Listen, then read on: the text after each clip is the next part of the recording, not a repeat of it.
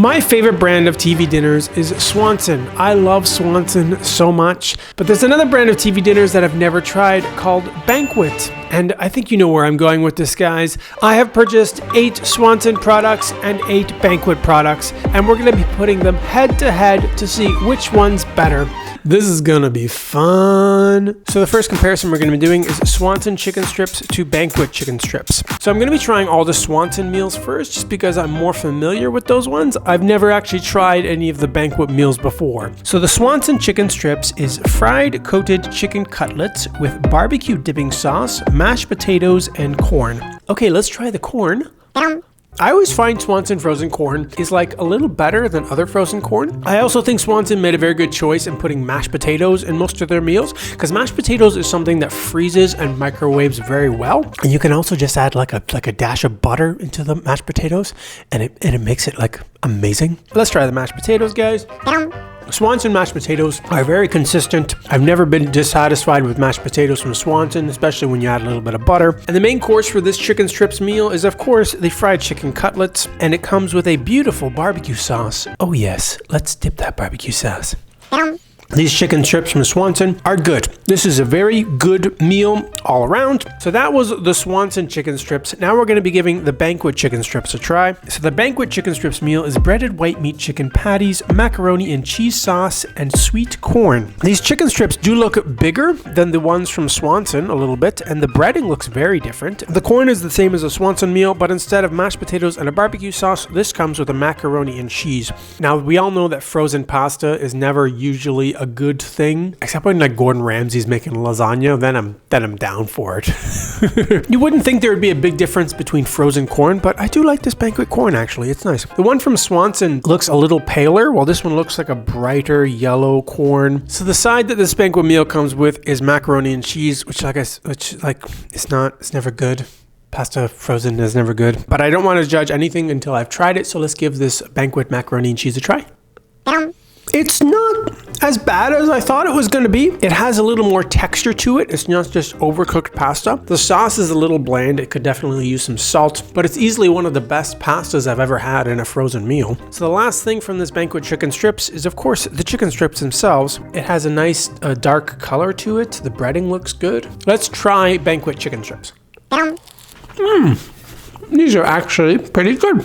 So the way that we're going to be doing this competition is we're going to be ranking everything we tried today on the tier list from S to F. Everything on the tier list is going to get a point. 5, 4, 3, 2, 1, and 0. And at the end, we're going to see who has more points, Swanson or Banquet. So if I was to rank this Swanson meal on the tier list, I would give it a B. There's nothing really bad I can say about it, but there's nothing really spectacular about the meal as well. The Banquet, on the other hand, is a different story. I did like the corn a little bit better from the Banquet one. The macaroni and cheese is probably one of the best pastas I've ever had in a frozen meal, and I really did enjoy these chicken strips from Banquet. If I was to be ranking this Banquet chicken strips on the tier list, I would give it a B. Like it's a good meal. So the current score of Swanson versus Banquet is 3-3. So the next round we're going to be doing is Swanson fried chicken versus Banquet chicken nuggets with mac and cheese. So the Swanson one comes with fried coated chicken cutlets with mashed potatoes and corn, and a Duncan Hines brownie. Should I try the corn every time? Like, I feel like the corn is just going to be the same every time.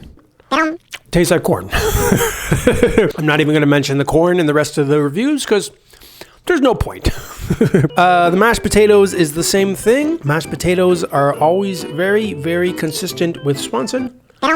Swanson did a very good thing when they decided to put mashed potatoes in lots of their meals, because it is a great thing that freezes and microwaves well. Let's give the chicken a try, guys.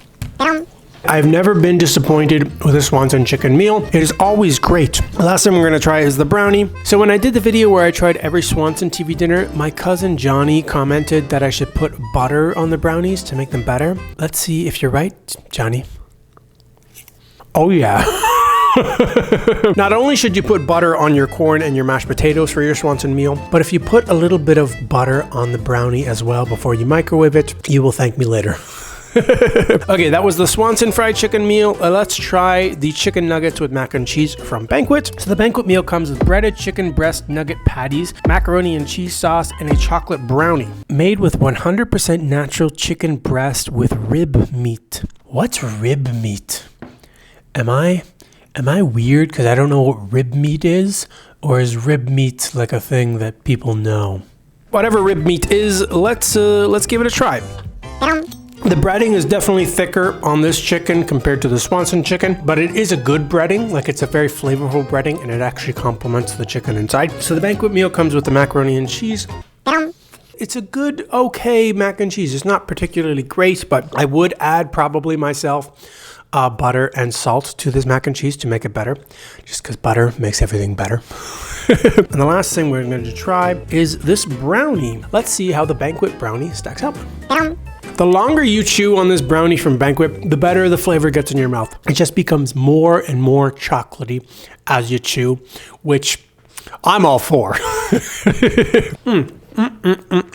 So let's put these meals on the tier list, guys. The Swanson fried chicken, I would give a B. I think it is a good meal. If I was to be ranking this Banquet chicken strips, I would also give a B on the tier list. These chicken nuggets, just as good. The brownie, I actually probably like even a little better than the Swanson brownie. It just becomes very chocolatey in your mouth. And this macaroni cheese, like I said, is easily the weakest part of the entire meal, but it's still like a decent macaroni and cheese. It's not terrible. So the current score of Swanson versus Banquet is 6-6, guys. This is looking pretty close. So the next round of Swanson versus Banquet is Swanson rib style boneless pork versus Banquet sweet and sour chicken. So the Swanson rib style boneless pork comes with glazed seasoned rib shaped pork with mashed potatoes and corn and a Duncan Hines brownie. I'm not even going to try this corn, mashed potatoes, and brownie because I've tried it a million times before, and all three of them I know are good. Like, they're all good. The big thing about the Swanson meal is the rib style pork, so let's give that a try, guys. It basically tastes like a McRib from McDonald's. Like, if you got a nice sandwich bread and just put this inside of a toasted bun, it would taste like a nice sandwich altogether. Let's try the Banquet one now. Banquet sweet and sour chicken is sweet and sour breaded white meat chicken nugget patties on a bed of rice. Let's try the chicken nuggets. Yeah, they're good. I like them. Okay, let's try the rice with the sweet and sour sauce.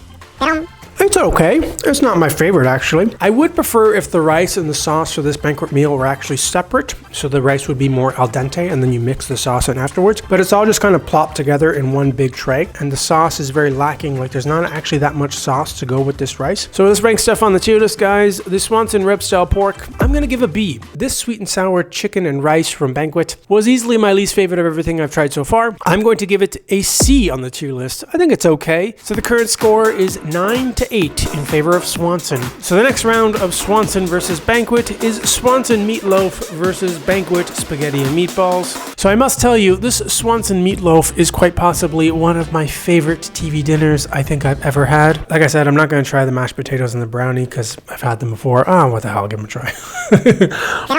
Mashed potatoes and brownie, still just as good. I do like the change up. Instead of corn, they give you some green beans. And the last thing we're going to be trying is, of course, the meatloaf from this Swanson meal. It's like layered with complexity. You have the meatloaf itself, which has got a bunch of different flavors going on, and then you top it with the gravy. Ooh, it's so good. Swanson meatloaf, if you've never tried it before, one of the best TV dinners on the market today. This Banquet meal, on the other hand, I'm not sure. It is spaghetti with meatballs made with chicken, pork, and beef, and a marinara sauce. It doesn't look particularly good. Like, it doesn't look like the best meal. But let's try this spaghetti in marinara sauce from Banquet. Oh no. Oh. Spaghetti's not very good.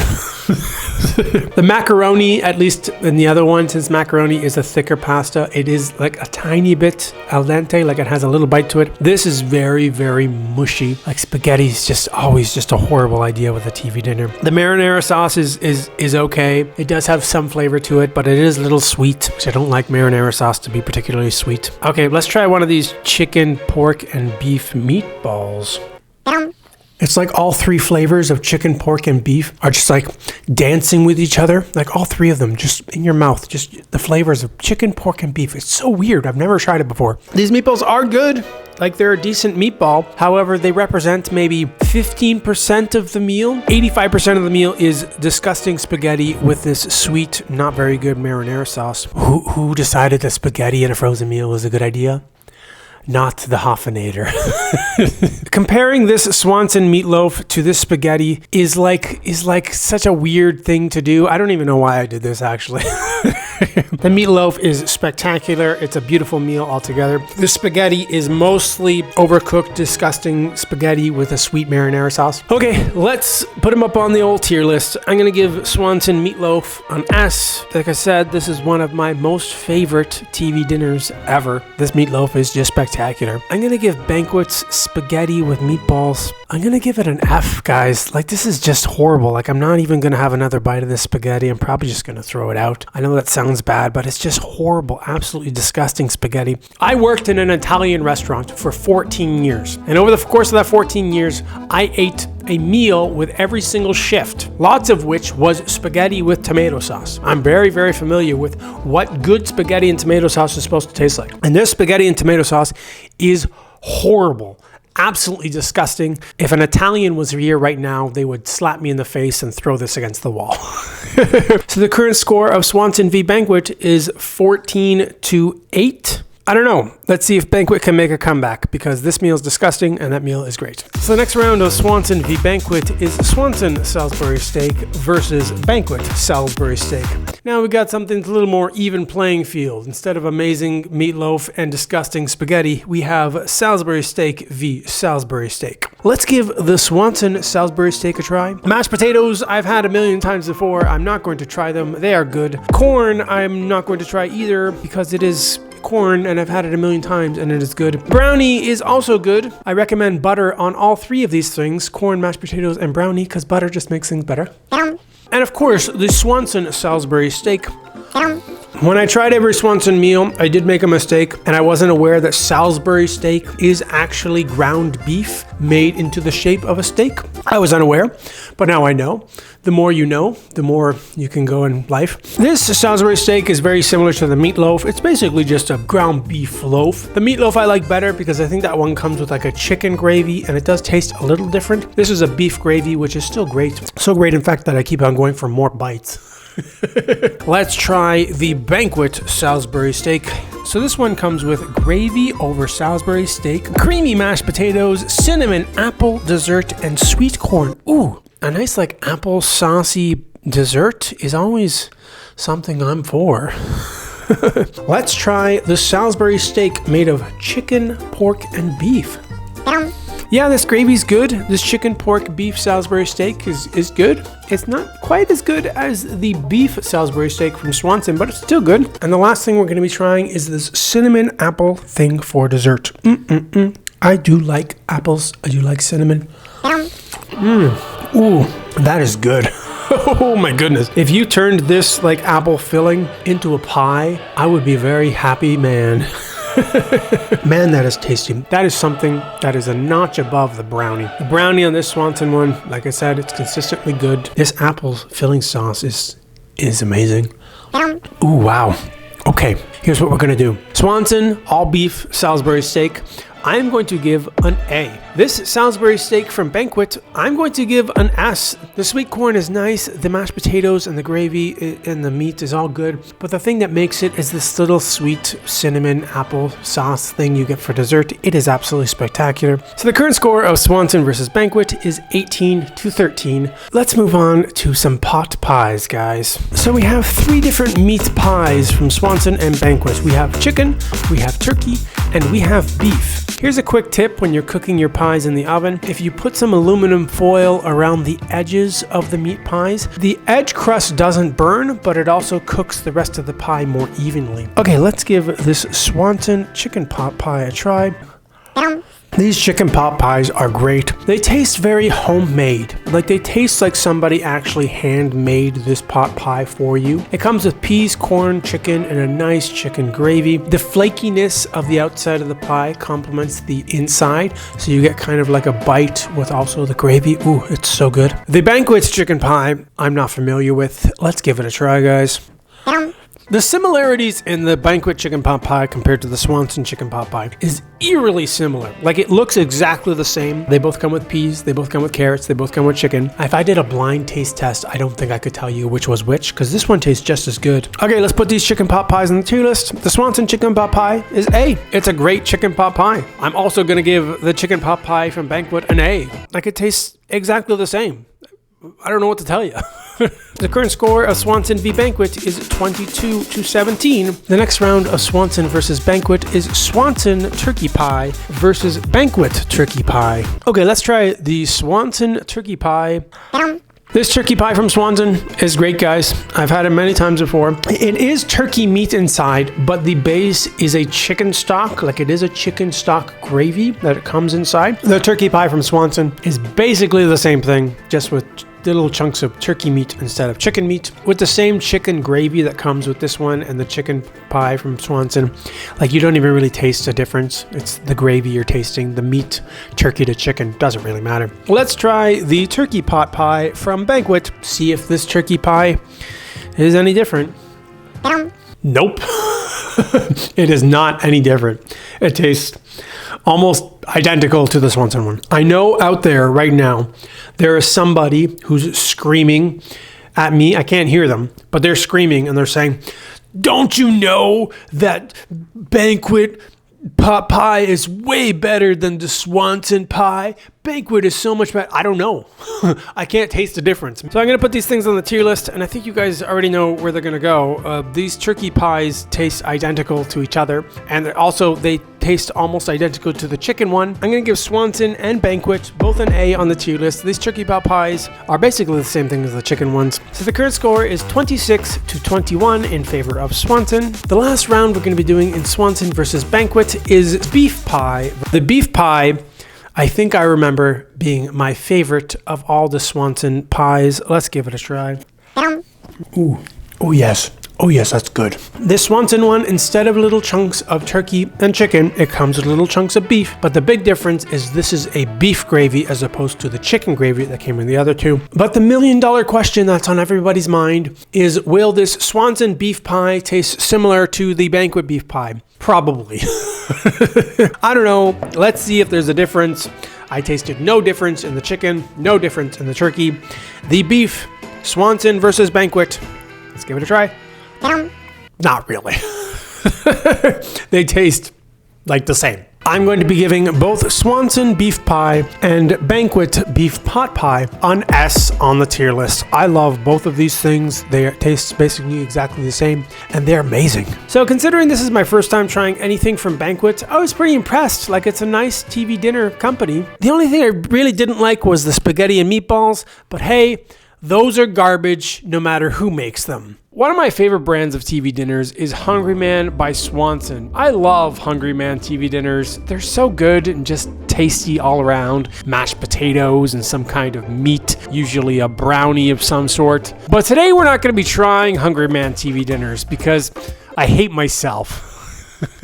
Instead, we're going to be trying something that's not as good. It's Hungry Man extra large bowls. And I don't know, I guess we'll compare them to Boston Market frozen meals. Most of them come with pasta and they don't look very good. The showdown of the century, folks. Let's get to it. So the first comparison we're going to be doing is Hungry Man Bowl XL Bacon Macaroni and Cheese versus Boston Market Chicken Bacon Ranch. So both these meals come with bacon and some sort of creamy pasta. As you can tell by my lack of enthusiasm, I really don't like frozen pasta dishes. I don't know why I'm even doing this. You guys make me do this stuff. You guys want me to eat these TV dinners.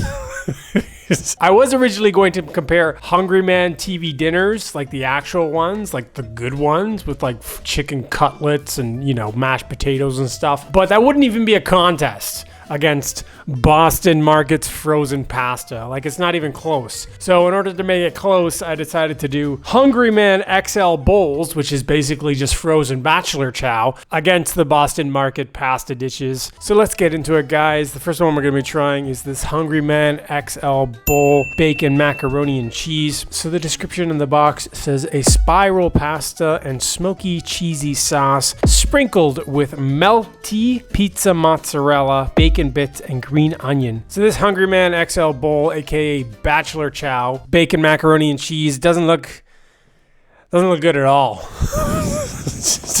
It's microwaved pasta, little bits of bacon, and looks like green onion, I guess. If you know you're not gonna like it, like, why would you even purchase it? Why would you even buy it? Why would you even make a video trying disgusting frozen pasta and put it on the internet? It doesn't even make any sense. Here we go.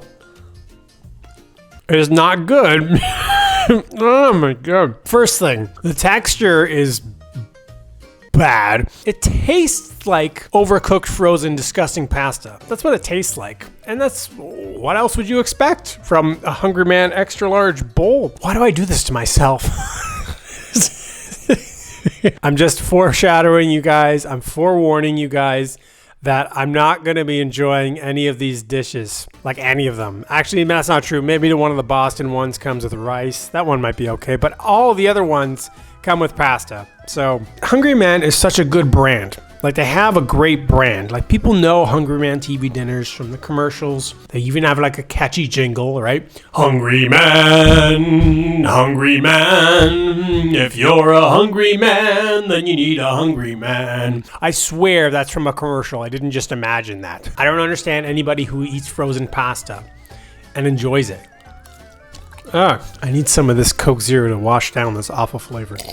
So normally when we rank these dishes, we rank them on the tier list. S is the best, F being the worst. And then we usually give a point to everything. Like, S is 5 points, A is 4, 3, 2, 1, and F is 0. But I'm gonna like extend the tier list because I don't think any of these dishes are gonna be like anything but F. I'm gonna make F like the top spot, and then we're gonna go F, G, H, I, J, K. So on a scale from S being the best all the way down to K, this is like I guess. Like 2 notches from the very bottom of K. It's okay. Like, the cheesy melted part is good. It comes with bacon. I love bacon. Bacon's a good thing. But it's still like disgusting garbage. Like, it's just awful.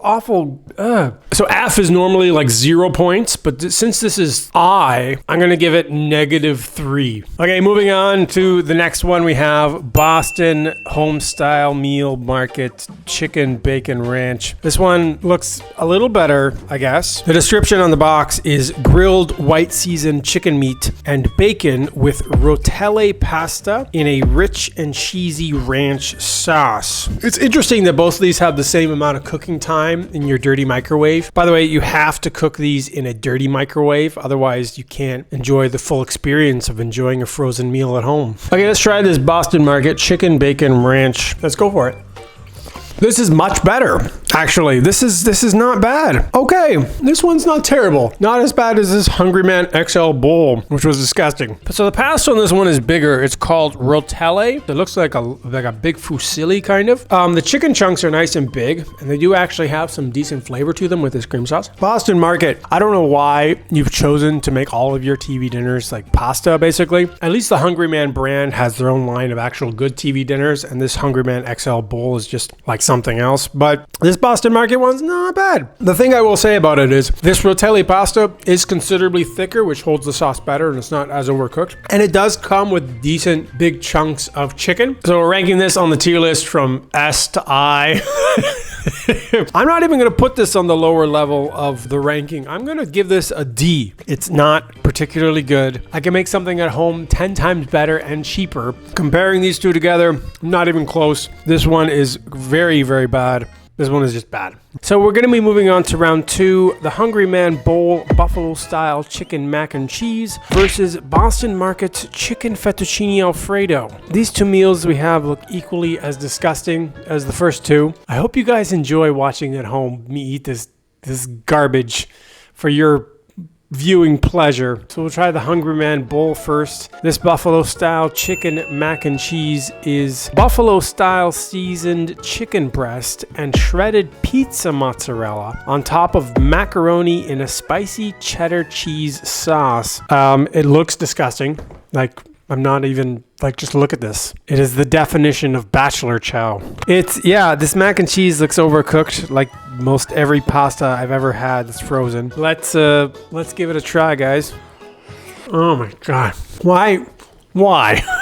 The cheesy sauce is quite lacking, I have to say. It is a rather skimpish on the cheese sauce. It is just mostly macaroni, and it is quite possibly the most overcooked pasta I've ever had. It's very bland. It could definitely use some salt. Yes, this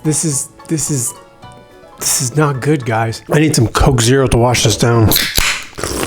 Yeah, this is just horrible. I wouldn't feed this to my dog if I had a dog.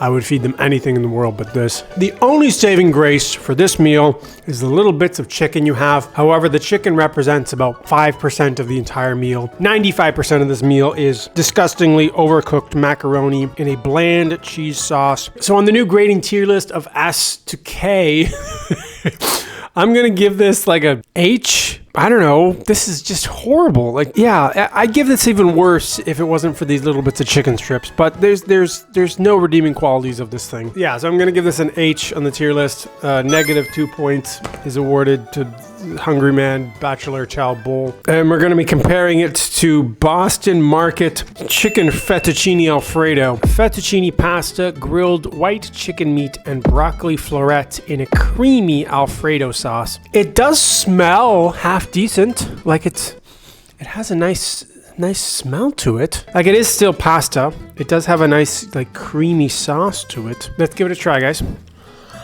It is okay.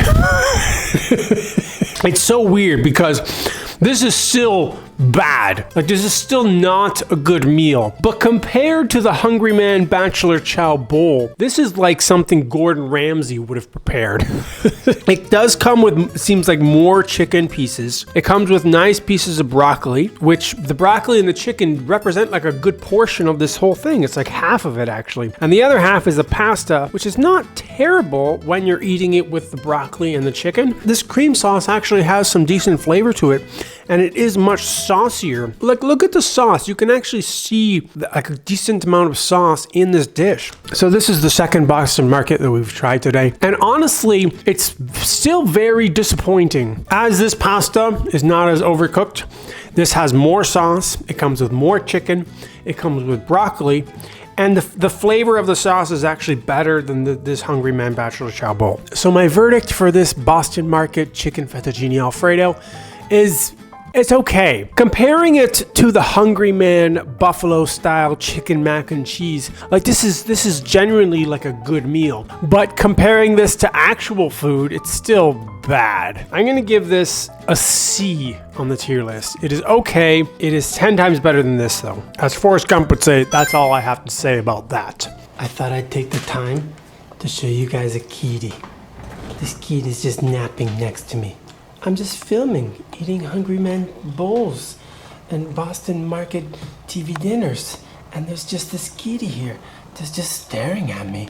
His eyes, they're hypnotizing. What a kitty. What a kitty. Okay, guys, so we're going to be moving on to the next round. We have Hungry Man XL Bowl Country Fried Chicken Croquettes versus Boston Market Sweet and Sour Chicken. So this is the round that we don't have any pasta, which hopefully will be better.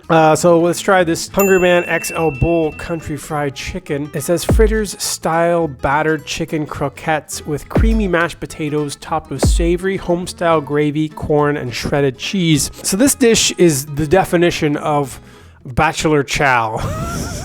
It's like they took everything that was tasty and delicious from a TV dinner and all had their own separate compartments. We got the chicken here, the mashed potatoes here, the corn here, and the gravy maybe somewhere on the side or something. They decided to take all of those bits that you know and love and just smush them all together in a bowl that looks like you already ate and digested it. And now you're just sitting there wallowing in your own disgust as you eat your Hungry Man XL bowl that you got out of your dirty microwave. Oh my goodness. I believe I already tried this when I did my review of trying every Swanson TV dinner, and this I remember liking it better than like the buffalo style chicken mac and cheese or whatever that was. I remember like this one was okay. It's like, okay, let's just try it. It's like cheesy mashed potatoes and corn, right? Ooh, that's actually tasty. If you don't eat it with the soggy chicken that's in the mashed potatoes, just this cheese, gravy, and mashed potatoes part is good, and I like the corn. The problem arises when you eat one of these chicken nuggets that is no longer crispy. It is soggy because it has been soaking in mashed potatoes. Hot. Hot.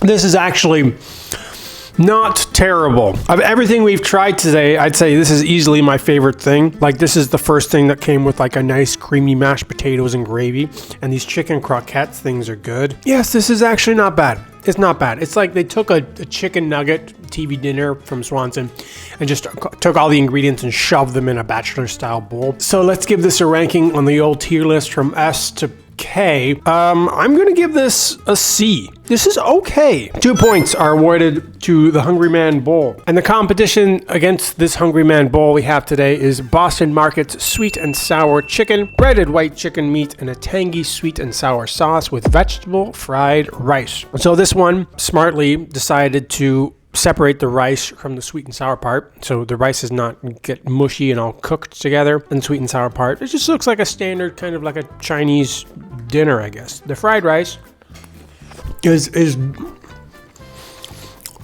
not good. It's just not good. It needs a lot of salt, maybe some more oil to it, some more soy sauce, I don't know. It is just very bland, not good rice. I guess maybe you're supposed to eat the rice with the sweet and sour part, but if that were the case, why would they put a divider here, and why wouldn't they just put it all together? I don't know. Let's try the sweet and sour chicken.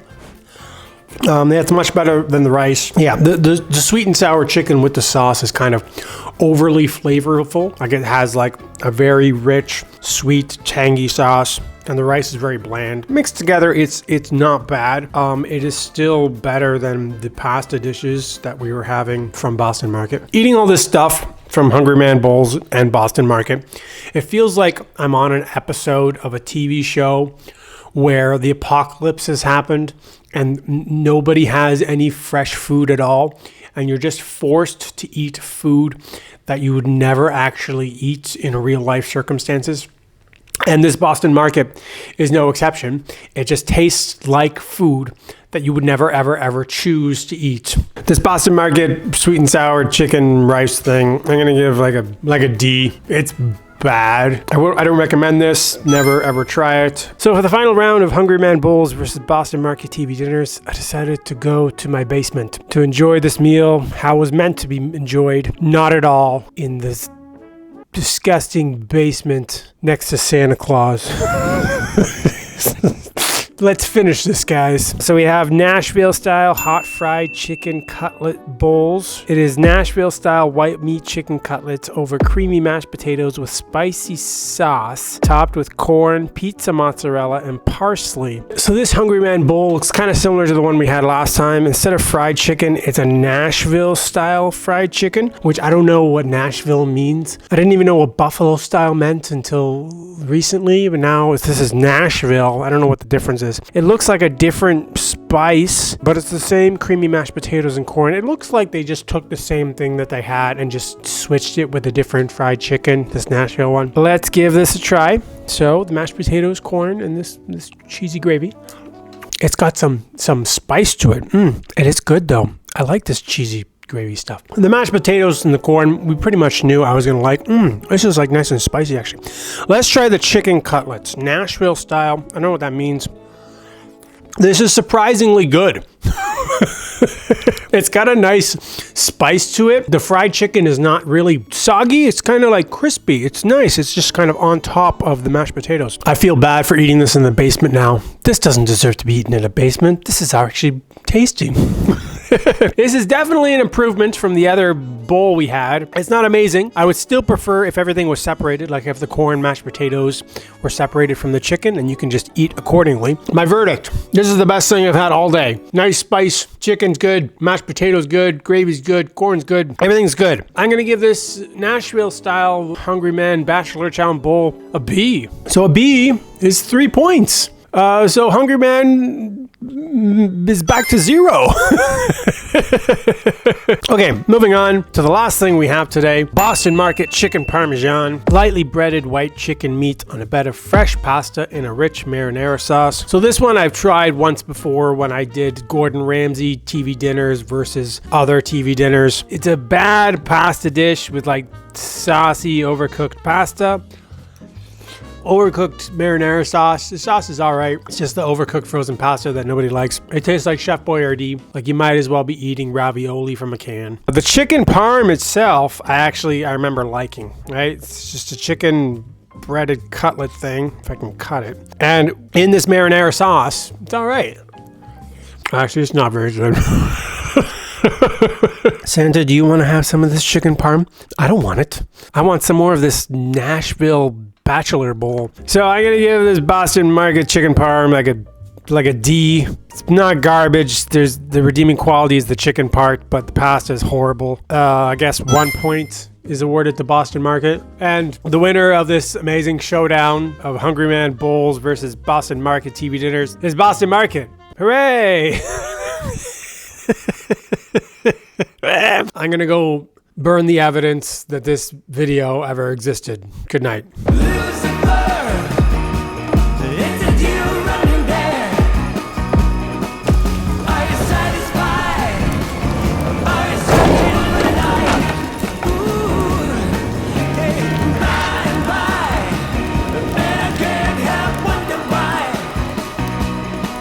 Who makes the better TV dinner? Kid Cuisine or Disney? Well, today we're gonna find out. I have 3 Kid Cuisine TV dinners and I have 3 Disney TV dinners, and we're gonna be putting them head to head to see which one's better. I've never tried any of these TV dinners before, but I'm excited. Let's give them a try, guys. So the first comparison we're gonna be doing is Kid Cuisine popcorn chicken versus Disney's chicken nuggets. So this Kid Cuisine popcorn chicken comes with white meat, chicken fritters, corn, french fries, and a chocolate cake with victory sprinkles. I don't know what makes them victory sprinkles. Did I forget the sprinkles in the kitchen? One sec. I forgot to put the sprinkles on the brownie. So this Kid Cuisine also comes with a scan and play soccer game where you get to play soccer with a penguin, I guess? I'm not sure. Anyways, let's try the food first. I'm thinking corn is gonna be pretty standard, right? Like it's like corn, it's just little corn niblets. I'm also gonna be adding butter to all the vegetables today because I'm smart and I add butter to stuff.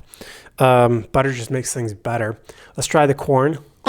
The first thing I'm going to say about this corn is it's not the best. It is a frozen corn, obviously, but even though I added butter to it, it's still like okay. Yeah, it's frozen corn. I don't know what else to tell you. So the next thing we have is popcorn chicken and french fries. I don't think french fries in a frozen meal are supposed to be a thing, especially when you like microwave it. French fries have to be eaten specifically after they've been deep fried or oven baked and right after. Like you can't leave french fries out sitting for a while, otherwise they're just gonna be bad. And this is like microwaved french fries. I don't know, let's try.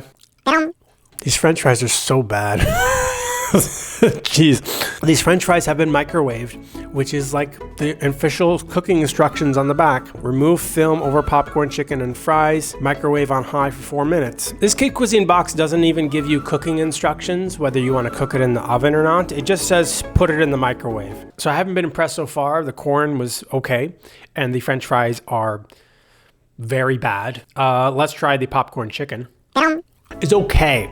It's the battering is very thick almost. Like there is chicken obviously inside, but it is a very thick battering. My frame of reference when comparing TV dinners is to Swanson. Swanson is the go-to standard of TV dinners. I love Swanson. They make mostly good things. And Swanson chicken compared to this chicken is not even close. Swanson chicken is way better, even though it's microwaved the same as this. I think what's happening is Kid Cuisine is making an inferior product because they know it's going to be eaten by kids, and kids have no standards of how good things are supposed to be. The last thing I'm going to try right now is the brownie with sprinkles.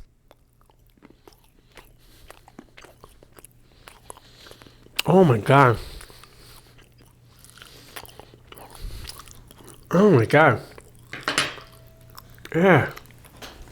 Yeah. That's disgusting. Oh my God, that's horrible. This Kid Cuisine is like the worst TV dinner I've ever had, I think ever. There are no redeeming qualities to it. The brownie is disgusting. I had to spit it out. I'm not even gonna have another bite of that. The French fries, like I don't even think French fries should be in a TV dinner to begin with. They've chosen to put it, like I said, this is for kids, and I guess kids like French fries, but French fries microwaved as intended on the box are just horrible. I guess if you put ketchup, it'd be better, but did you guys want me to do a video on Kid Cuisine to like punish me or something? Like, oh, we'll get the Hoffinator to try Kid Cuisine. That'll teach him. I have been very, very unimpressed with this Kid Cuisine in all of its form. Brownie, corn, French fries, and chicken nuggets. I don't know. Let's try the soccer game that comes on it. How do you play the soccer game? Okay. Oh, okay. I move left and right. Oh, but it's like interactive. Okay, I got the start. Oh, good. Okay. Okay, that was the soccer game. It's okay.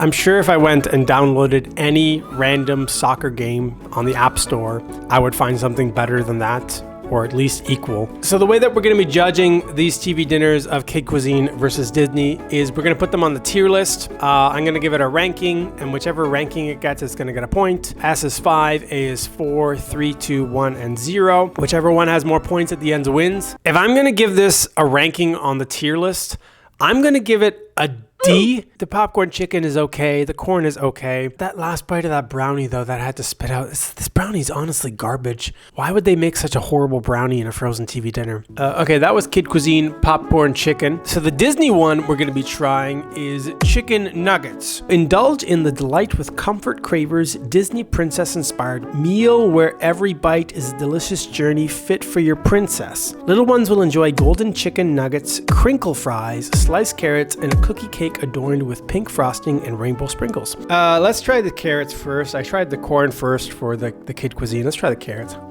I put butter on the carrots too, obviously, to make them better.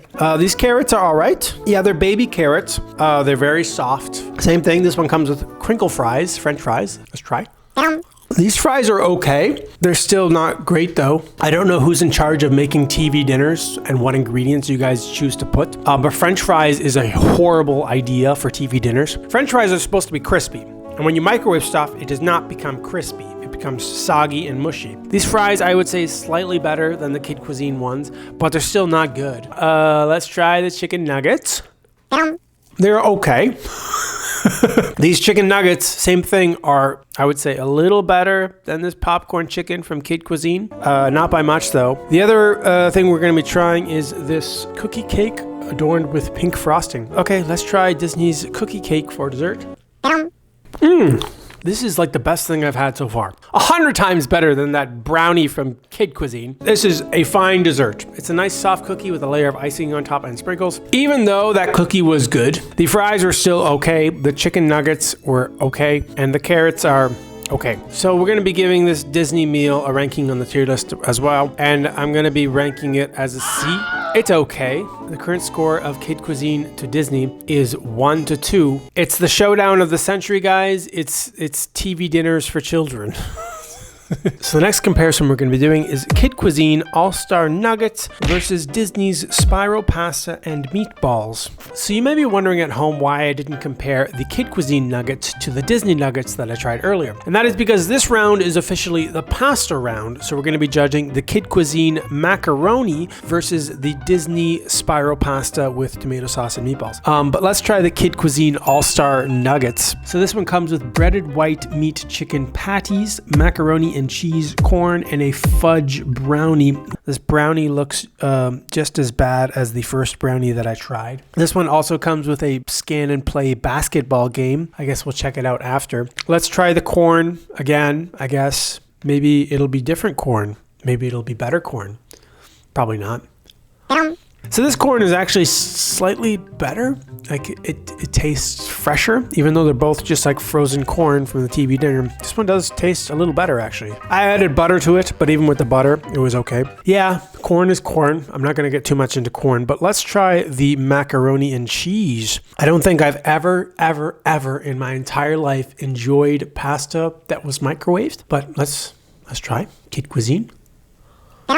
It's oh my god. The pasta is extremely overcooked, like so much so it's just soggy, mushy, very overcooked macaroni. But even the sauce itself is disgusting. It's a very flavorless, bad cheese sauce. I'll never understand why these companies keep putting pasta in frozen meals.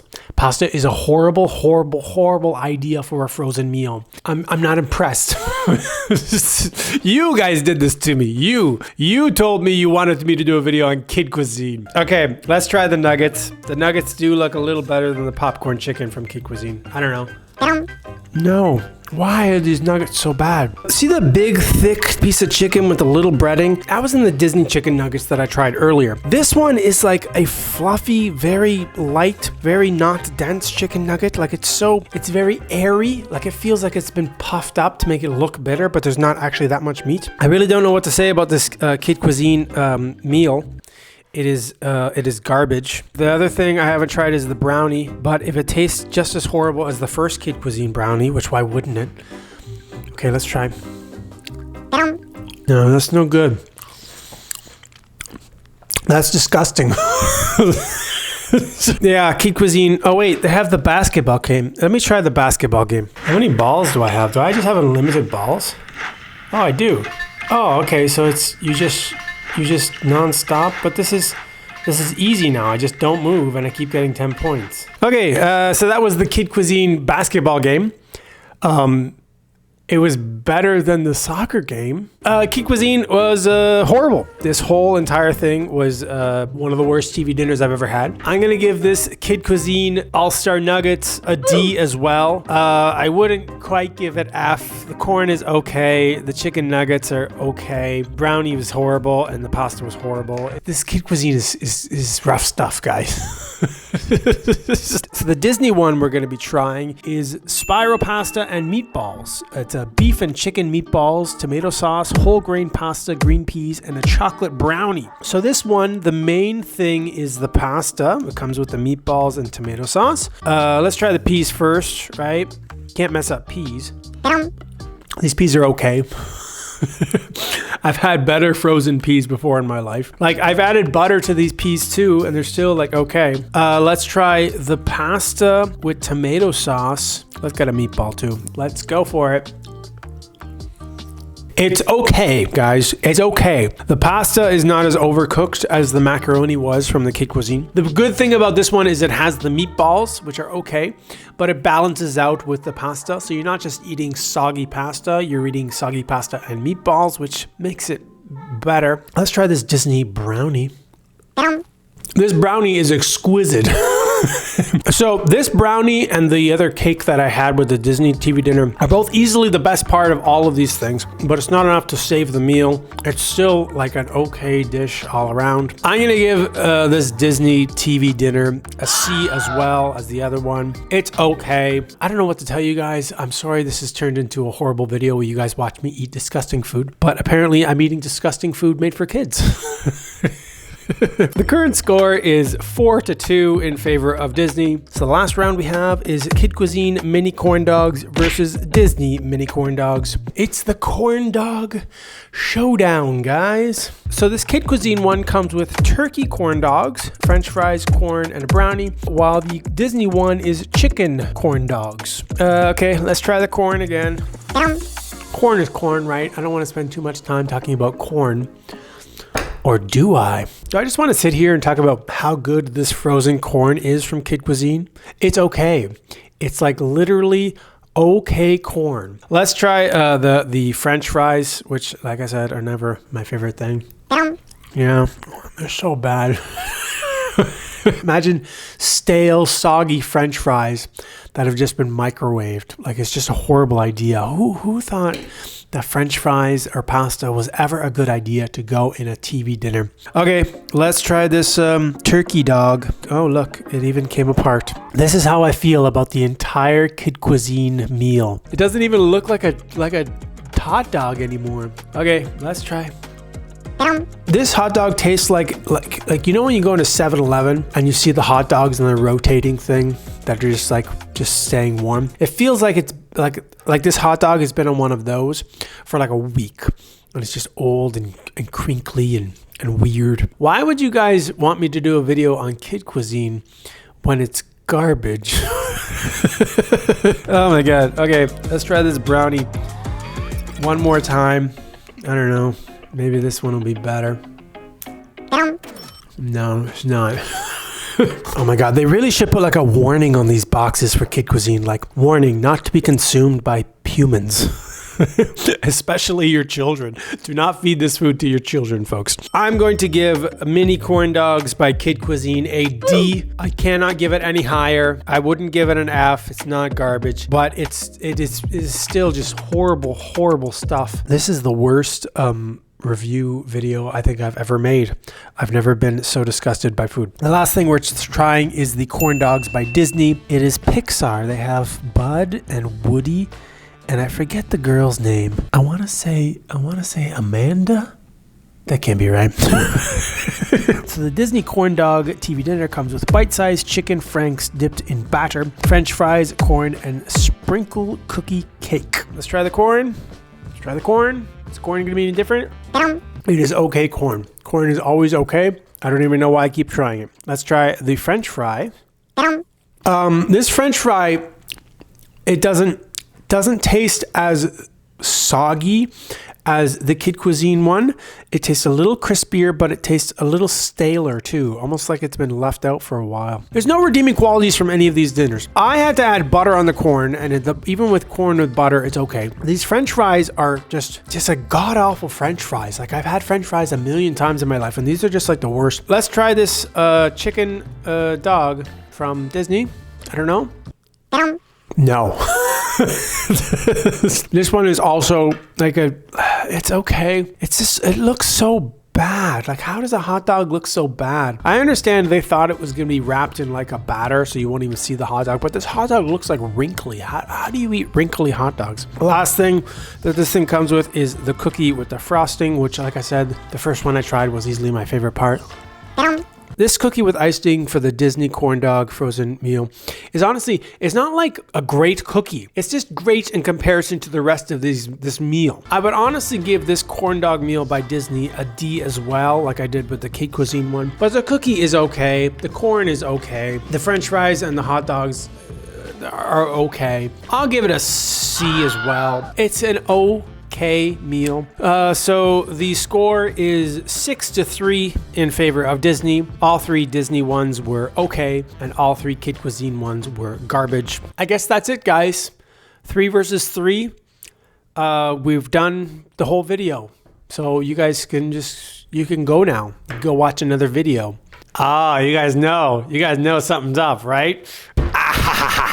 In this final round, we are going to be facing Kid Cuisine against Gordon Ramsay's lasagna. I think I know who's going to win this battle.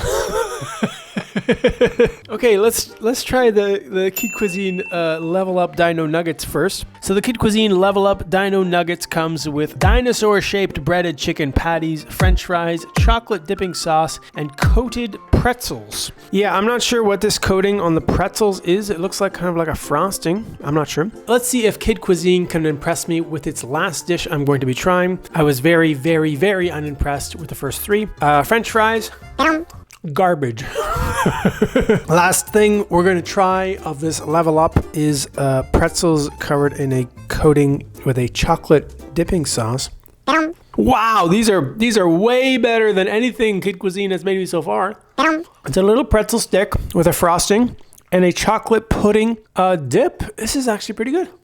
So Kid Cuisine, if I was in charge of your business, I would ditch the other brownie that you have, which is garbage, and I would serve only pretzels, frosting, and this pudding, because this is way better than that brownie that you guys served with the other ones. Oh wait, this one comes with a game too. Dino game. Okay, so this one you have to, when you move, it kind of, when you tap it, you keep going. You kind of tap and you're just kind of still moving. It's not like like the other one, the soccer one, where you're just kind of staying in one spot. When you move, you keep moving. So that was the Dino game. Very unimpressive. It's just a whatever game. Honestly, you don't even need to purchase these Kid Cuisines to play the game. You can just take a picture of the barcode and you can just play it whenever you want. Like, you don't actually need to buy the Kid Cuisine to play the game, do you? So I would give the pretzels and the pudding like an A, but I would give like the Dino Nuggets and the French fries like a D. Since it's mostly Dino Nuggets and French fries, I'm gonna say this whole meal is a C. It's okay. It's easily the best of the ones that I tried, only because the dessert is so good. The last thing we're gonna try is Gordon Ramsay's Alfredo lasagna with chicken. 3-cheese lasagna with chicken and cream Alfredo sauce, mozzarella, and breadcrumbs. It looks delectable. I'm so glad that I decided to add a Gordon Ramsay meal to this video, because we just need to finish something off that I know is gonna be great. I'm putting Gordon Ramsay on Team Disney because I think he is a Disney princess. If you don't think that Gordon Ramsay deserves to be on Team Disney, you've clearly never seen him cooking the Infinity Stones against Thanos. Let's try Gordon Ramsay's lasagna with cream and chicken. Oh my God, this is so good. Oh, why didn't I start with this? So I'm going to be giving Gordon Ramsay's lasagna an S. This is absolutely spectacular. Next time you're in the store and you're looking for something to buy, skip the Kid Cuisine, skip the Disney TV dinners, and get a Gordon Ramsay dinner instead. This is every Swanson TV dinner. We have 6 regular TV dinners, 8 Hungry Man's, 2 Hungry Man extra large bowls, and 3 Swanson meat pies. And today we're going to be trying each and every one of them and putting them on a tier list from S to F, S being the best and F being the worst. This is going to be fun. This is going to be good. I'm excited. Let's try them all. Okay, so we have 6 of the regular Swanson TV dinners. The first one we're going to be trying is fried chicken. So this fried chicken TV dinner comes with 2 pieces of fried chicken, mashed potatoes, corn, and a brownie for dessert. This fried chicken is actually really good. Like, for a frozen TV dinner that was just microwaved, this is actually really good. Just to let everybody know at home, I'm going to be adding butter to every vegetable and mashed potatoes that we're going to be eating today. So if it looks like I'm enjoying the food a little more, it's because I'm smart and I added butter. These mashed potatoes are good. I'm not gonna lie, I've never had a Swanson TV dinner I didn't at least like. I don't even know if any of them are going to be landing on the D's or the F's today, but simply because Swanson TV dinner is good. Like, this is a decent fried chicken meal. Considering it's all frozen and just microwaved, this is good. So I'm going to be giving this Swanson TV dinner fried chicken a B. This is good. I don't think this is great. I don't think this is amazing, but it's better than okay. Like, I'm sure of all the TV dinners we're going to be trying today, there's going to be some better than this. But this is a good TV dinner. It's good. Fried chicken, you're good. So the next Swanson TV dinner we're going to be trying is chicken strips. So this one's very similar to the last one. Instead of fried chicken, it comes with chicken strips. Mashed potatoes and corn is the same, but this one comes with a barbecue sauce instead of the brownie. Yeah, mashed potatoes and corn taste basically the exact same. Obviously, why wouldn't they? So the main thing we're going to be judging the difference is these chicken strips versus the fried chicken that we tried, and then this barbecue sauce versus the brownie. Let's give them a try. So we're going to dunk our chicken into the barbecue sauce. That's good. So the barbecue sauce is like sweet and tangy with a little bit of spice and like a touch of smoke. It's pretty good. Now I could have easily just added my own barbecue sauce to this Swanson TV dinner and made it better, and then also with a brownie. But I'm going to be judging these TV dinners by how they are by themselves. Except that I've added butter. I would say that these chicken strips is also a B. It's give and take. One comes with a nice barbecue sauce, one comes with a brownie. The next Swanson TV dinner we're going to be trying is turkey. Stuffing, gravy, turkey, mashed potatoes, green beans, and a brownie. Turkey's one of my favorites. Simply because it comes with a gravy and stuffing. What is this, Thanksgiving, guys? Strips of turkey and a gravy. Let's try the mashed potatoes. Let's try the stuffing. This turkey is so good.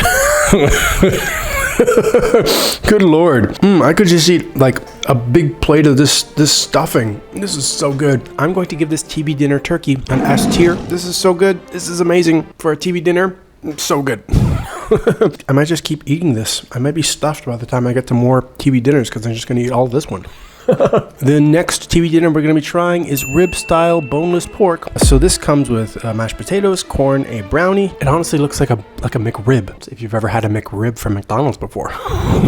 Glazed, seasoned rib-shaped pork, chopped and formed with smashed potatoes and barbecue sauce and corn. This sounds so good. Let's give this rib-style pork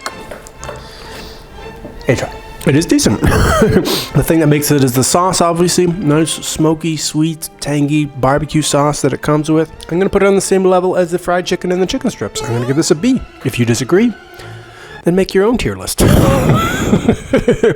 Moving on. The next Swanson TV dinner we're going to be trying is Salisbury steak. Salisbury beef steakette with gravy, mashed potatoes, and corn, and a brownie. It's not really steak. If you thought it was steak, you've been duped, because this is not steak, this is ground beef. Do I have to try the mashed potatoes and the corn and the brownie every time? I want to. Ooh, Salisbury steak, TV dinner, gonna be good in my mouth. Nom nom nom nom nom nom nom nom. It's better than it looks.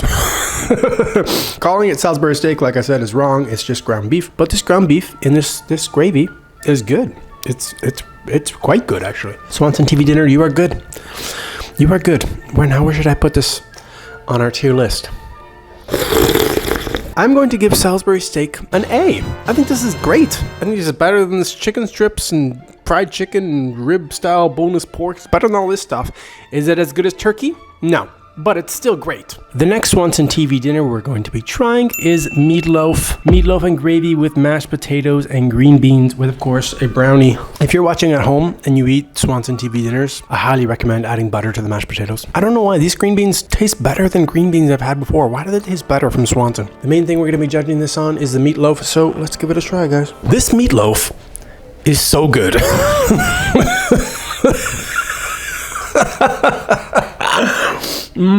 I'm going to give this meatloaf an S. This is so good. Just as good as the turkey, in my opinion. Really good. Hi guys. So yesterday I filmed the entirety of the video where I tried every Swanson TV dinner. And then last night I was out shopping and I noticed that there's actually one more Swanson TV dinner that I didn't get. Apparently for the first time when I went shopping around for the Swanson TV dinners, they didn't have this one. They're out of stock and I didn't notice, so I got it now and I'm just going to add it to the video now. So this Swanson TV dinner is called Stuffing Baked Turkey.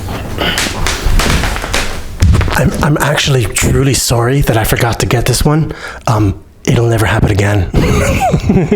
Breaded par-fried baked turkey cutlet coated in golden stuffing with gravy, mashed potatoes, and green beans. So the main thing we're going to be judging this one is just the main course, like normal, because all the other stuff is about the same. Let's give the stuffing baked turkey a try. Oh, that's good. I'm going to give this turkey an S. This is so good. This is amazing. Just as good as the other turkey. So I already took down the tier list yesterday, so you're just going to have to imagine this stuffing baked turkey box on the wall. But it's S. Moving on to the Hungry Man's. It's a jungle kitty. A jungle kitty. A jungle kitty that's so stupid. Man, you're a stupid kitty. Why are you so stupid for, kitty? Meow. So we're all done with the regular Swanson TV dinners. We're going to be moving on to the Hungry Man dinners. Hungry man, hungry man. If you're a hungry man, then you need a hungry man. Swanson, if you want me to do a commercial for you and sing that jingle, I'm more than willing.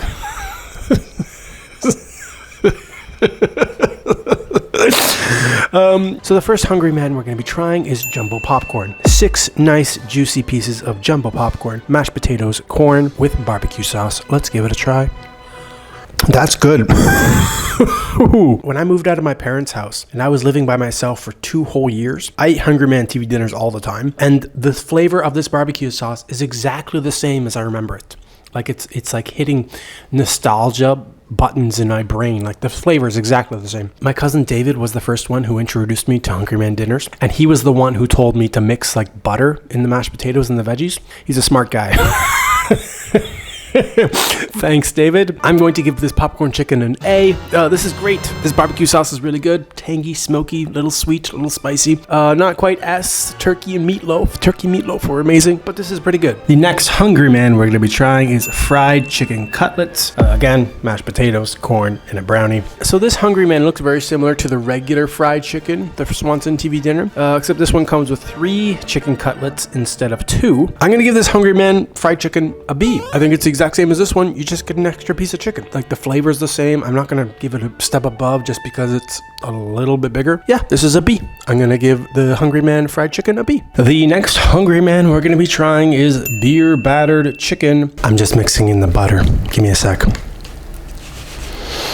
Butter's delicious. Seasoned chicken strips with potatoes, veggies, and a brownie. So this is the first one that I've seen that comes with carrots, beans, and corn. There's a little mix of all 3, which is nice. Let's see how the beer battered chicken strips compare with all the other chicken stuff. Beer battered chicken strips. Oh, so good. Do-do-do. Beer battered chicken strips. Ba-ba-ba-da-ba-da.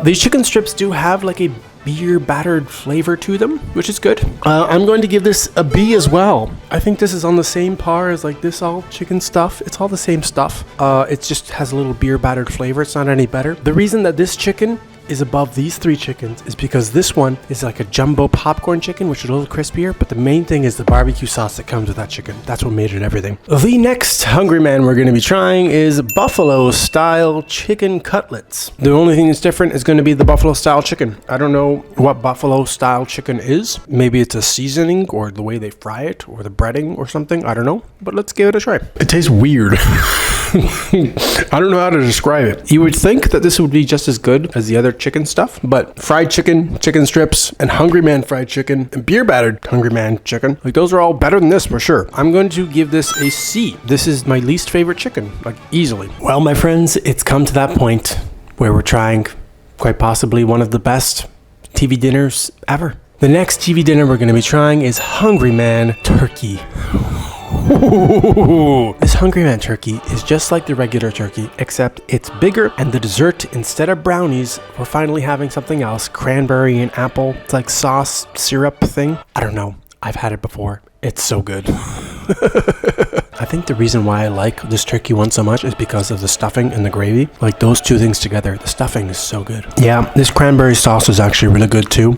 I'm not doing it justice. It's actually considerably better than the brownie. Hungry Man turkey is S, of course. What else would I give it? It's amazing. It's so good.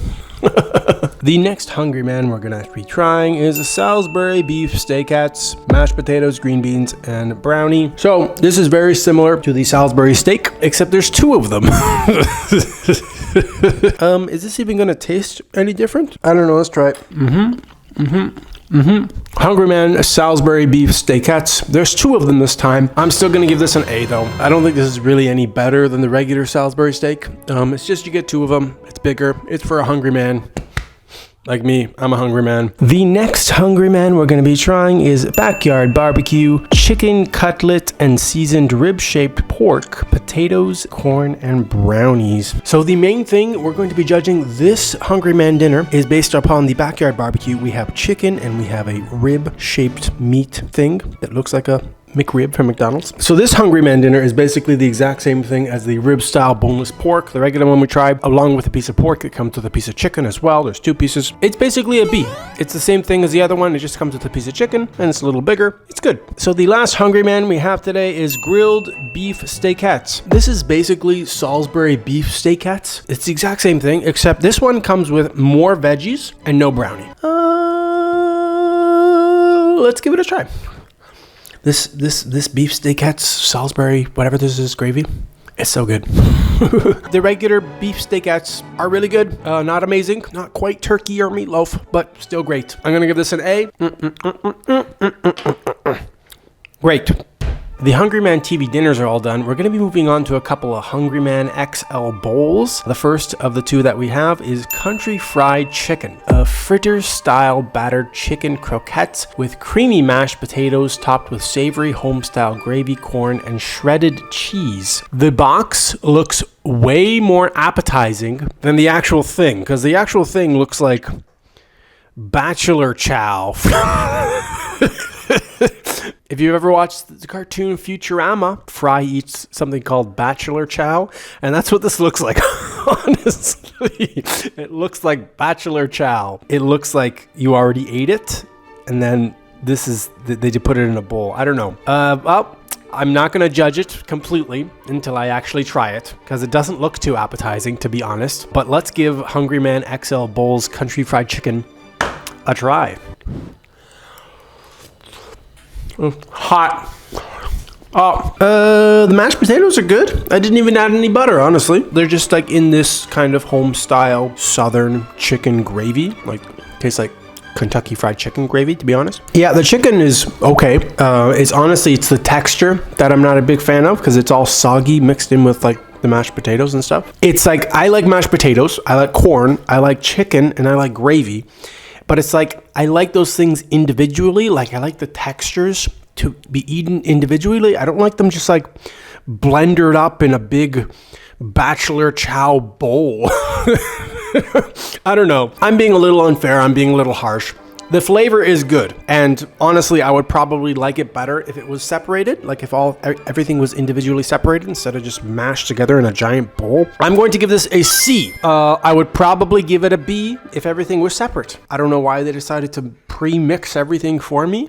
Yeah, this is a C. This is okay. The next bachelor chow we're gonna be trying is Hungry Man XL Bowls Buffalo Style Chicken Mac and Cheese. Buffalo Ranch seasoned chicken breasts and shredded pizza mozzarella on top of macaroni in a spicy cheddar cheese sauce. I don't know. I don't want to judge it until I've actually tried it, right? Let's just try it and see how this tastes.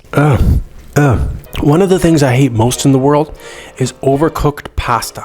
Like, pasta needs to be al dente, needs to be a little bite to it. This is like overcooked, soggy macaroni. Compared to like macaroni and cheese that I make at home, this is garbage. I think this is F, guys. Yeah, this is horrible. This is absolutely horrible. Yeah, honestly, guys, this is like the worst thing ever. Don't ever buy these things. Moving on. We're going to be moving on to the 3 Swanson meat pies. First one we're going to be trying is chicken pot pie. I like pie. I don't know why it's chicken pot pie. The other ones were like beef pie and turkey pie. This is chicken pot pie. I don't know what makes the pot. Is it made in a pot? Where did the pot come from? I don't know. Let's give chicken pot pie a try. Flavor is good. It's just like veggies and chicken, kind of like a gravy. This is way better than it looks. It's a chicken pot pie, but it's done really good. I'm going to give this an A. This is great. This is a really good chicken pot pie, if I'm being perfectly honest. It feels like it's homemade, like a grandmother made it or something. It's really good. I'm not going to give it an S. It's not amazing. It's not quite turkey or meatloaf, that kind of thing, but the flavor is really good. It's a nice chicken pot pie. The next Swanson pie we're going to be trying is turkey pie. This looks very similar to the chicken pie, except instead of chicken, there's turkey. Let's give it a try. I really liked the first chicken pie. Let's try the turkey pie. This is really good too. This is great. This is such a good little Such a good little pie. This has a nice balance between the crunch of the outer crust and then the nice moistness of the inside. I don't know if anybody at home has ever tried these meat pies before, but they're really great. I'm gonna give this an A as well. This is just as good as the chicken pot pie. Turkey pie is great. It's a great little pie. The last of the pies and the last thing we're gonna be trying today is Swanson beef pie. So same thing, it has the nice little shell crust. This one comes with beef and like a gravy inside. For something that was frozen and came out of the microwave, this is surprisingly great. I've decided, guys, I like this even better than the chicken pot pie and the turkey pie. This is so good. So I'm not joking when I said that these Swanson meat pies were really good. So much so, in fact, that the next time I went out shopping, I saw that they were on sale for $1, which is a crazy low price. So I ended up buying a bunch more. So the next YouTuber products we're going to be trying is 4 different frozen meals from Gordon Ramsay. So the first YouTuber product we're going to be trying today is Chef Ramsay's slow roasted beef frozen meal, and we're going to be comparing that to Hungry Man Salisbury beef steakettes. The description on the back is slow roasted tender cuts of beef in a savory red wine sauce with smoked bacon, carrots, mushrooms, pearl onions served with seasoned potatoes. Good Lord, Chef Ramsay, you have put a lot of effort into a frozen meal. I've never tried any of the Chef Ramsay frozen meals before. This is my first. Let's give it a try, guys. This is actually like incredibly delicious. Let's try some of the potatoes too. I don't know why he always has his arms crossed in like every single picture that I see of him. Gordon Ramsay just takes every photo like this. I'm Gordon Ramsay now. This is who Gordon Ramsay is. So Mr. Gordon Ramsay, aka Chef Ramsay, he has his work cut out for him because this is a great frozen meal. Now, if you're a fan of the Hoffinator YouTube channel, you know I did a whole video just on Hungry Man TV dinners. I believe I gave this an A on the tier list simply because it's good. Like, it's a good meal. It comes with mashed potatoes, French green beans, a brownie for dessert, and 2 beef steakettes. I could just eat all this stuff right now. Well, guys, I've come to my decision. Hungry Man Salisbury beef steakettes is an A on the tier list. It is still a great meal. This slow roasted beef from Gordon Ramsay is the best frozen meal I have ever had in my entire life. This is like so good. I am going to be ranking Gordon Ramsay's slow roasted beef frozen meal an S on the tier list. This is incredibly good. And I'm going to give one more point to Team YouTuber. So the next Gordon Ramsay frozen meal we're going to be trying is lemon caper chicken, and we're going to be comparing that to the Boston frozen meal chicken parmesan. This chicken parmesan looks good. However, the spaghetti that it comes with looks incredibly nasty. I can't tell you how much I don't like overcooked pasta, and al dente pasta is so much better. This looks like disgusting garbage, if I'm being perfectly honest. So let's try the chicken parmesan first. Not bad, actually. It has hints of oregano, and the marinara sauce that it comes with is pretty good. Okay, let's try the spaghetti. This nasty spaghetti. I can already tell I'm not gonna like it. I'm just not. It's so overcooked. The cheese that it comes with is not bad. The marinara sauce it comes with is not bad, but the spaghetti is just nasty. Like, who likes spaghetti like this? I'm going to be giving this Boston chicken parmesan, I'm gonna give it a D. Chef Ramsay, on the other hand, has prepared something that looks a little bit better. Herb breadcrumb crusted chicken breast with seasoned potatoes and broccoli florets in a velvety white wine lemon caper sauce. That actually sounds pretty good. Lemon caper is a beautiful combination, and yeah, I like broccoli, potatoes. Yeah, it all sounds good. I'm gonna be honest, guys, the picture on the box looks much better than the thing over here, but you know, let's not judge it until we try it. First, we're gonna try the broccoli. Wow, that lemon caper sauce that it comes with is actually really good. Let's try the potatoes. Wow, these potatoes are pretty good too. Let's try the breaded chicken breast.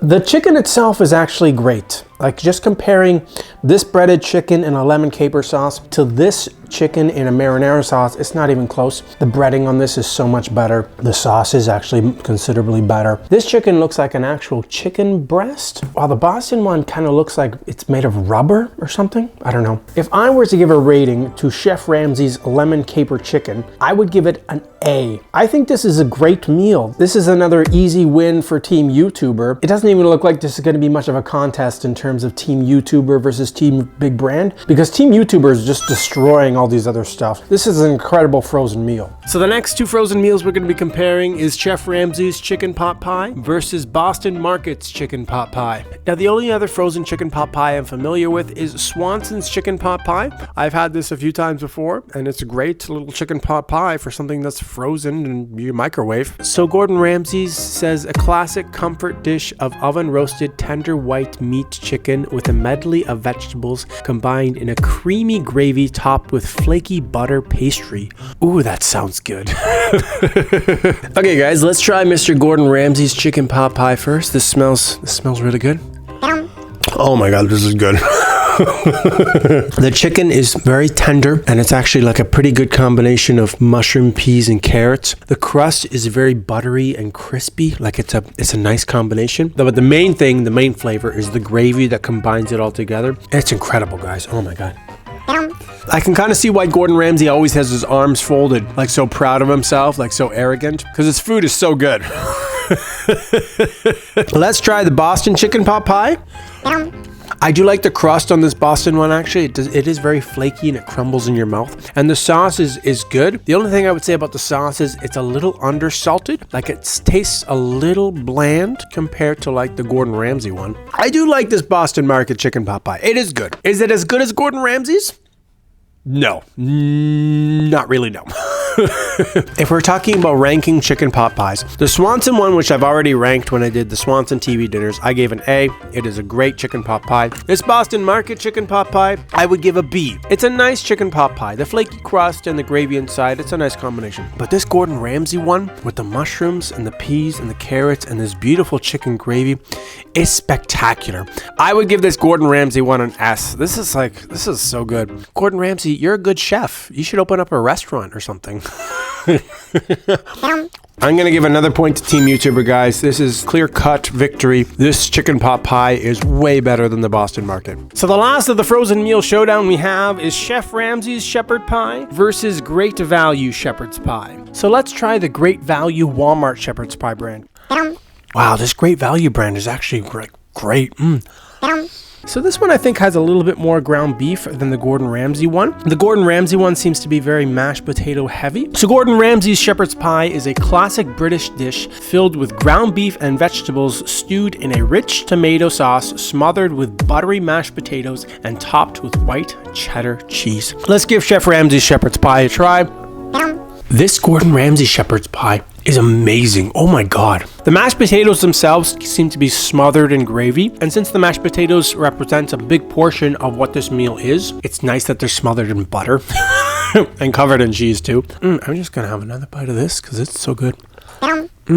And the ground beef tomato sauce gravy that's kind of in this one is much more complex. It's layers of flavor, while this one is more simpler. Okay guys, here's my verdict. I'm going to give the Great Value shepherd's pie an A. It is a great little frozen shepherd's pie. The Gordan Ramsay shepherd's pie is spectacular, actually. This is just as good as the Gordan Ramsay beef one that I tried earlier. I'm going to give Gordan Ramsay shepherd pie an S. This is absolutely spectacular. Just done to almost perfection, basically. Like, it's a great shepherd's pie. So this round goes to Team YouTuber again. Gordan Ramsay is an amazing chef, and his frozen meals are something to try, guys. Over the last little while, I have tried a lot of TV dinners, but one thing I've never done is compare TV dinners by price. So today, we are going to be trying 10 TV dinners priced from $1 all the way to $10. And we're going to find out which one is the best value for its price. So the first TV dinner we're going to be trying at $1 is Great Value Macaroni and Cheese. So this frozen TV dinner is Great Value, the Walmart brand. I'm not normally a big fan of frozen pasta. Actually, I'm never a fan of frozen pasta. I like pasta al dente, and frozen pasta is almost never al dente. It's usually overcooked mush. But we're gonna see if this $1 TV dinner from Walmart is good. I don't know. So it's very simple. It's just macaroni and cheese. It's just big old things of macaroni with a cheese sauce. Let's give it a try.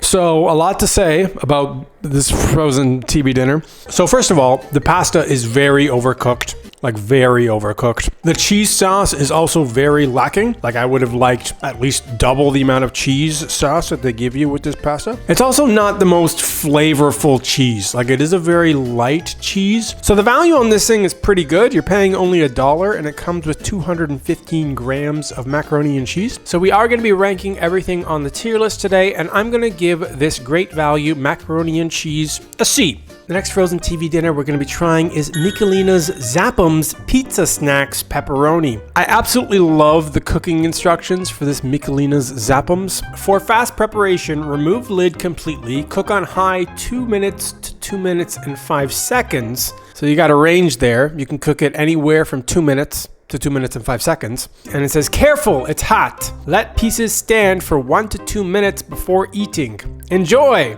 Caution. Filling will be hot. It says caution, filling will be hot twice. Just to warn you, it's really hot inside. So Michelina's Zappum pizza snacks are pepperoni pizza filling in a golden crust. They're kind of like pizza rolls or pizza bites or those, those frozen pizza things, except these ones are not frozen in a bag. They're like microwavable Michelinas. Let's give them a try, guys. Let's see how they are.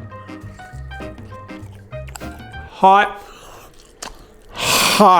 Okay, so they're not very good.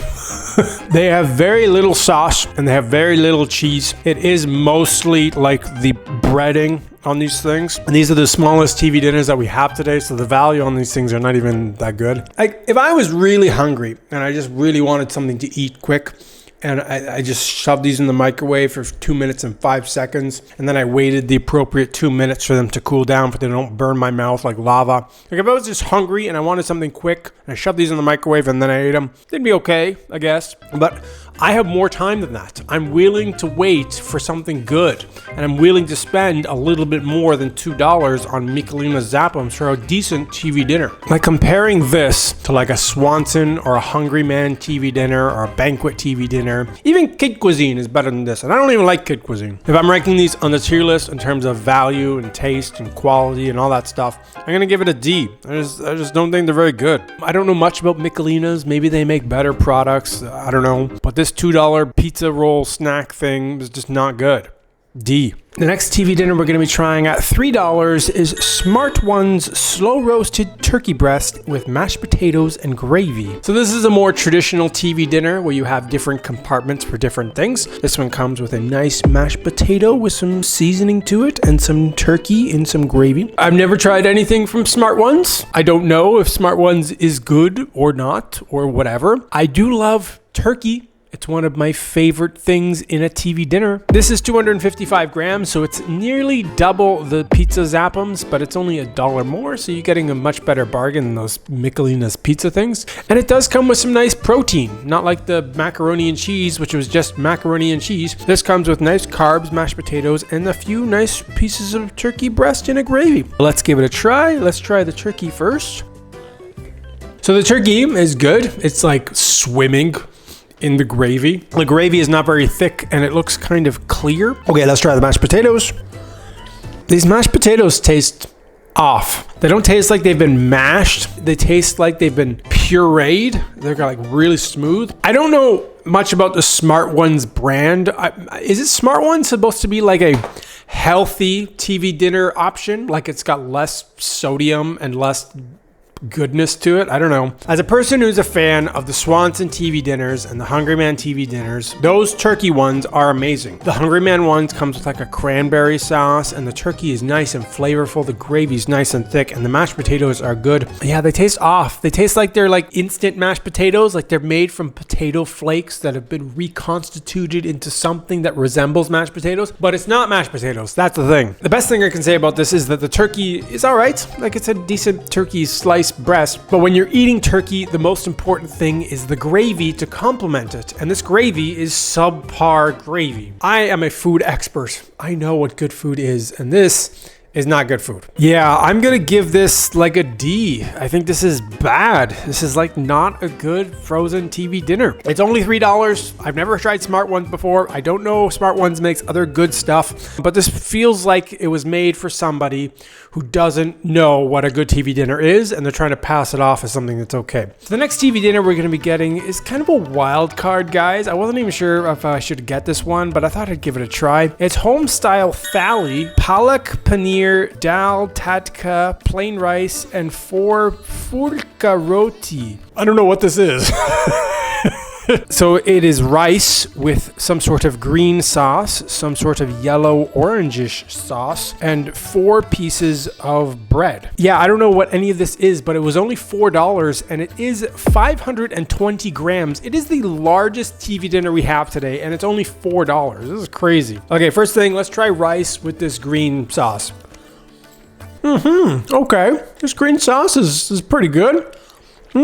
What is this green sauce made of? Spinach and cottage cheese. Okay. With the rice, it's got a pretty decent flavor to it. It's got some spice to it too. Well, I like it. And the other thing it comes with is called dal tadka. It's almost like a split pea soup. I don't know. Let's try it with the rice.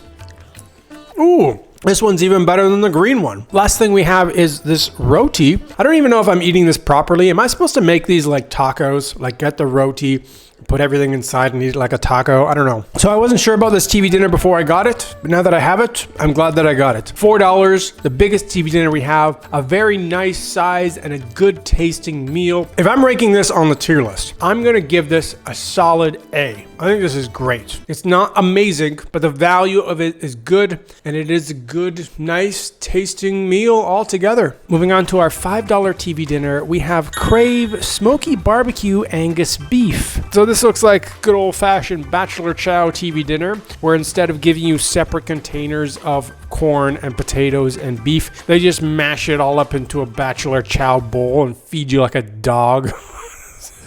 I've never had anything from Crave before, so I'm not familiar with this brand of TV dinners, but let's give it a try, guys. Good old-fashioned bachelor chow. Let's try some of the beef first, right? It is a very cheap cut of meat, but it does have a nice smoky barbecue sauce to it. Ooh. Let's try some of these potatoes and this corn too. So the potatoes feel undercooked. They feel very like boiled potatoes. They don't feel like they've been roasted and crispy and then put in the barbecue sauce. They just feel like potatoes. Yeah, this Crave is not impressing me that much. The most redeeming qualities of this thing is that it does come with a nice smoky barbecue sauce. Like once you add barbecue sauce to something, it just becomes better. But the slogan on the box says, tastes ridiculously good. No, that's not true. I'm not craving another box of this Crave. It's okay. So ranking this on the tier list for the price, the taste, and the ingredients, and the quality, and everything together, I'm going to give this a C. I think it's okay. Moving on to our $6 TV dinner, we have one of my favorite TV dinners, Hungry Man Turkey. Hungry Man Turkey is one of my favorites. So this TV dinner comes with slices of turkey, mashed potatoes, stuffing, a nice thick gravy, some corn on the side, and a cranberry dessert. So Hungry Man Swanson Turkey is just an amazing TV dinner by itself. I'm very familiar with this TV dinner. It's just one of my go-to good stuff. Like turkey and stuffing, And of course we have the Swanson cranberry dessert, which you can even mix the cranberries with the turkey and the stuffing and the mashed potatoes, and it's just a nice little mix. Now at 455 grams, this is one of the biggest TV dinners that we have today, and it's a great value. For $6, you get something that's a complete meal. You feel like you're complete after you have this TV dinner. You feel like everything is where it should be in the universe after having a turkey Hungry Man TV dinner. Like if you had to choose between having two $3 Smart One turkeys or one Hungry Man, it's not even remotely close. This is of course S on the tier list, spectacular in both quality, taste, ingredients, size, everything. It's just a great overall amazing TV dinner. $6, quite possibly the best thing we're going to be trying today. Hungry man, if you're a hungry man, then you need a hungry man. That honestly should be their jingles when they do Hungry Man commercials.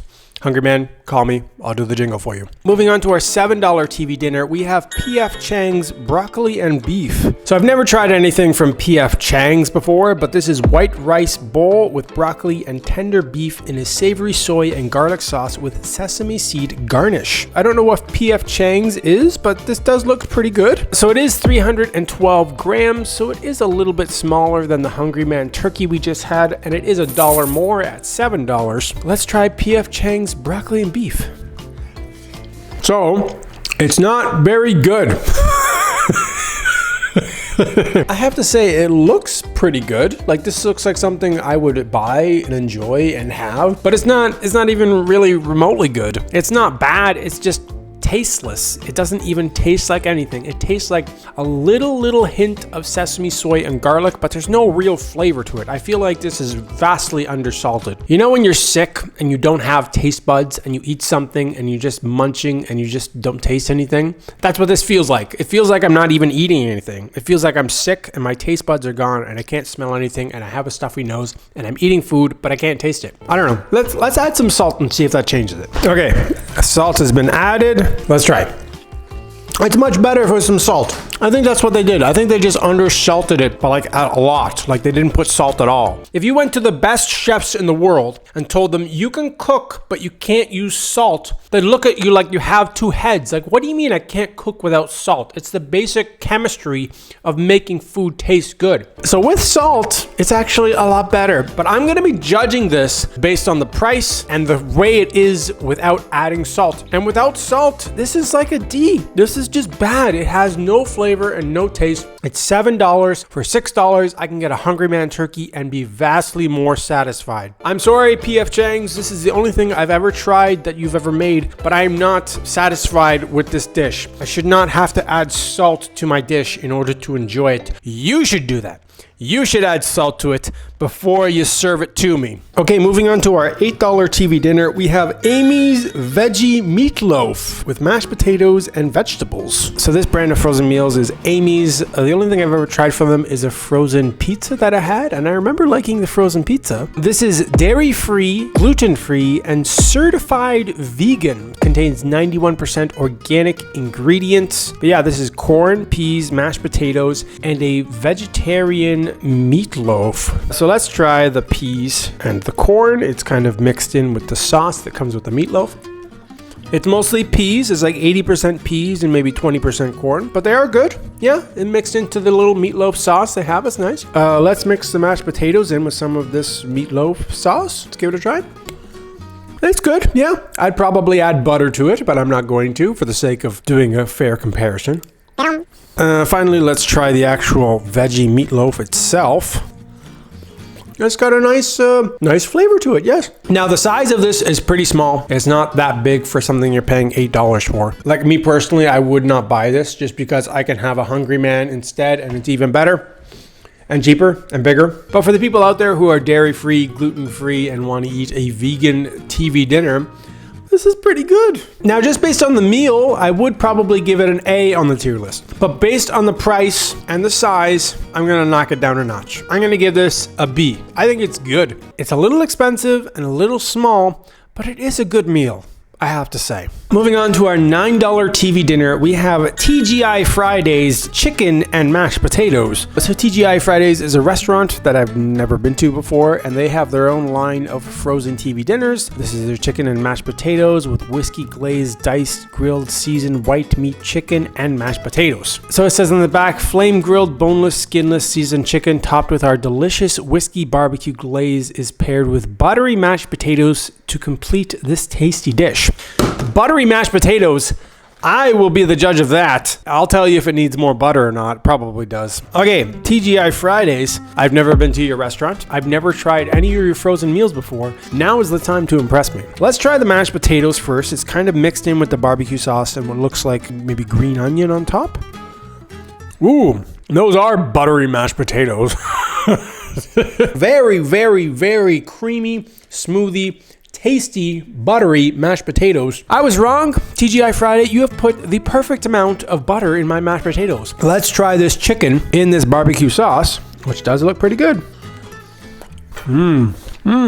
Goodness, that's good. Okay, so the chicken itself, once you start chewing it, it does get a little dry, but if you're eating it with the mashed potatoes and the gravy, it eventually kind of evens out. Now at 297 grams, just a little over 10 ounces, this is not that big of a TV dinner. Like I could eat 3 of these, no problem. And at $9 a pop, that's $27 just to fill my kind of large tummy.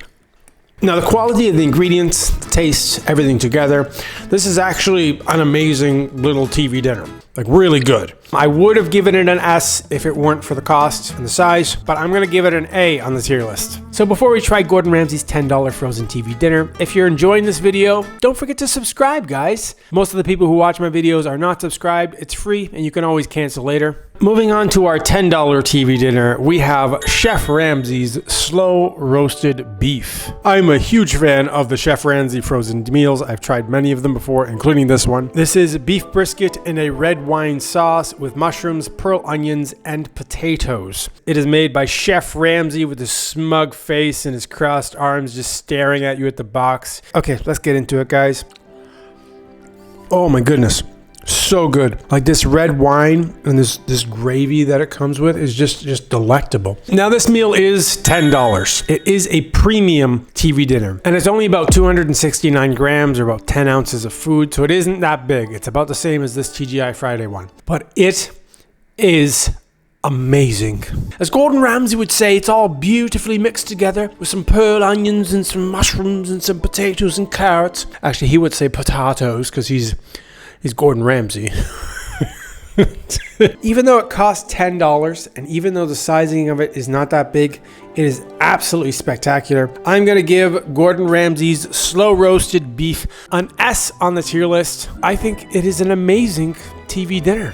Recently, I did a video where I compared $1 to $10 TV dinners, and somebody left a comment saying it would be better if you kept the dinners the same as possible, like macaroni versus macaroni. And I said, okay, I will. So today, we will be trying 10 different kinds of frozen macaroni and cheese, priced from $1 all the way to $10. So the first frozen macaroni and cheese we're going to be trying is Selections. This is $1. And honestly, it looks like it should be priced at $1 because it doesn't really look the best. It is elbow macaroni with just a cheese sauce. Very simple. Nothing else going on with this thing. Frozen pasta is never normally my favorite thing. This one is $1. Okay, let's give it a try.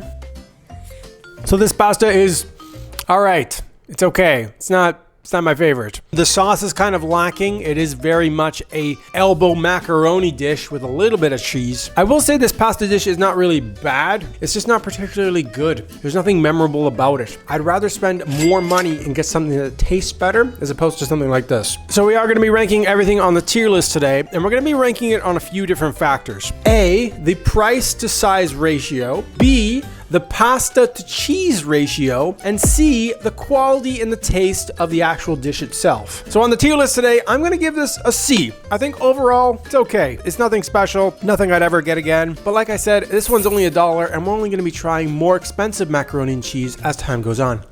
So moving on to our $2 macaroni and cheese, we have Michelina's. So the only thing I've ever tried before from the Michelina's brand was their little pizza roll things, which I did not like. They were They were not very good. So this macaroni and cheese definitely has more sauce than the $1 selections that we just tried. It's definitely cheesier, and it does have a nice orange color to it. I don't know why. The orange color just makes it kind of better. I like orange. Let's try Michelina's frozen macaroni and cheese pasta. Oh my God, no. No. This dish looks so much better than the $1 selections that we just tried. It looks amazing, but the taste of the cheese, it doesn't even taste like cheese. It tastes like orange product. It's like if you describe to aliens what cheese is supposed to be, and then you describe to aliens what elbow macaroni is supposed to be, and then you told aliens to cook you a macaroni and cheese dish. This is what it would come out as. Michelina's frozen horrible pasta. Cheese. This Michelina's $2 frozen macaroni and cheese is slightly bigger than the selections one we just tried, but it is twice the cost. The macaroni itself is overcooked, but the real problem is the cheese sauce. And even though there is more cheese sauce than the other one we just tried, the cheese sauce tastes weird. It doesn't even taste like cheese. Oh, why do I keep eating this? There is no flavor whatsoever. It doesn't even taste like cheese. The pasta is overcooked. I'm gonna say this is like F. There's nothing going for it. It's horrible. I'm probably just gonna chuck this in the garbage after. Moving on to our $3 frozen macaroni and cheese, we have President's Choice Extra Cheesy Mac and Cheese. It is freshly made macaroni in a rich sauce made with cheddar cheese. Whenever I see the President's Choice logo, I'm always like, ooh, that looks like something good, because President's Choice is a mark of quality. And this mac and cheese looks no different. It does look really, really good. It looks very cheesy, and it looks like it's made with like real cheese, like the cheese actually does that stringy thing where it like pulls apart. You know what I'm talking about? What cheese does. $3 President's Choice frozen macaroni and cheese. Let's give it a try.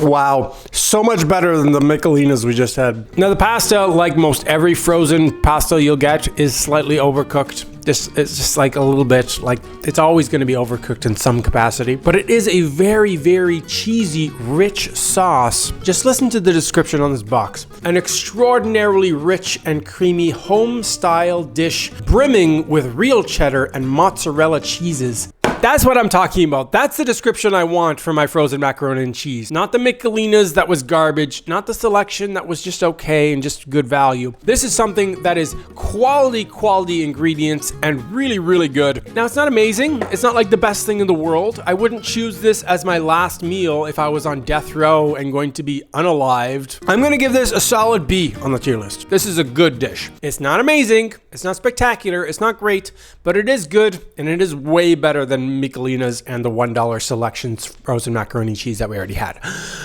Moving on to our $4 macaroni cheese, we have Smart One's creamy rigatoni with chicken and broccoli. Now, I can already hear the thoughts of the people in the comment section about to tell me that this is not a macaroni and cheese, this is a rigatoni with broccoli and chicken, but I don't really care. I'm going to compare this to other macaroni and cheese because it is a cheese Parmesan sauce and a cream sauce, and it is a pasta. So I'm just going to do it. There's nothing you can do to stop me.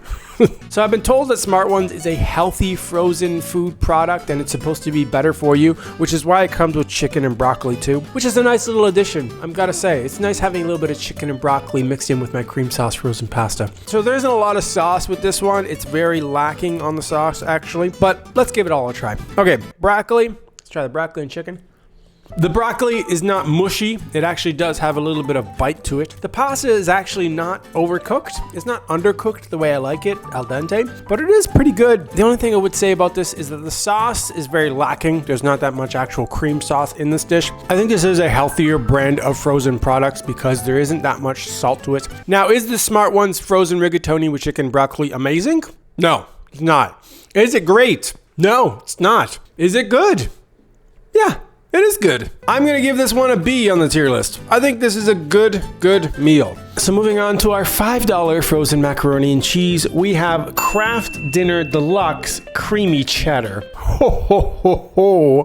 Kraft Dinner is the golden standard of macaroni and cheese. I've only ever tried their make it at home Kraft Dinner. I've never tried their frozen one before. This one looks pretty good. It's got a nice, rich, creamy, cheesy sauce. I do like the fact that cheese sauce is the first ingredient. Every other pasta dish we've tried so far, the first ingredient has been pasta. but Kraft Dinner Deluxe frozen mac and cheese, the first ingredient is cheese sauce, which just gets me excited when I'm just thinking about, I'm gonna eat this soon.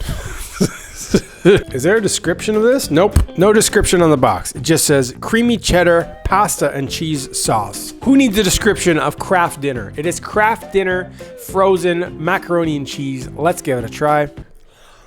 Just like the Kraft Dinner, I've always known and loved a nice, cheesy, rich sauce, big, thick pieces of elbow macaroni. Kraft Dinner is something I used to have when I was a kid. Like when I was 5 years old, I used to eat boxes of Kraft Dinner all the time.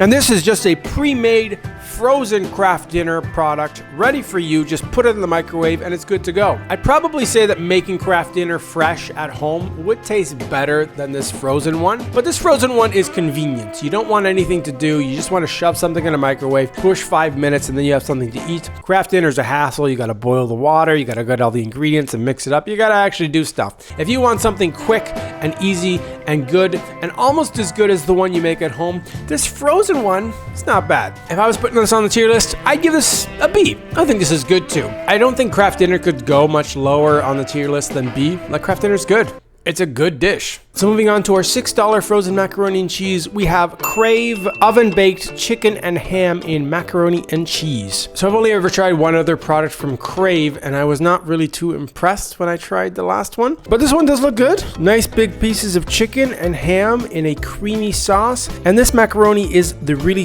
twirly kind. Like, it is a very long macaroni and cheese. Like, just look at this thing.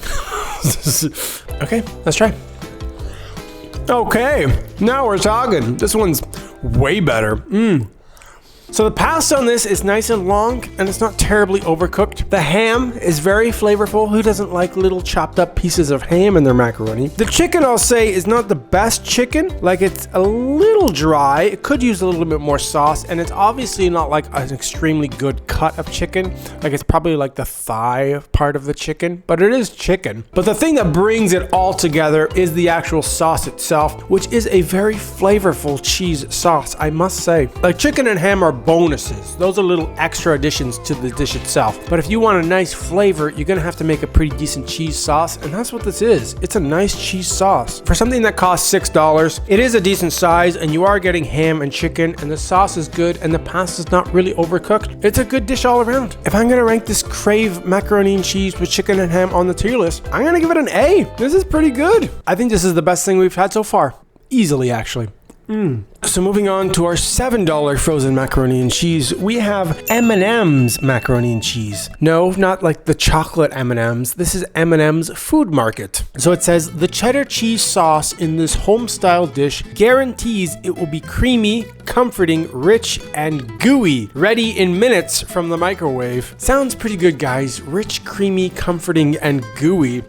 You had me at gooey, folks. Okay, this one is priced at $7, and it's not terribly large. It is only 300 grams, which is actually smaller than our $3 macaroni and cheese that we had earlier. But let's give it a try, guys. You don't know how something's gonna be until you try it, right? You can see the price, you can look at something, you can even smell something, but you never quite know how good it's gonna be until you try it.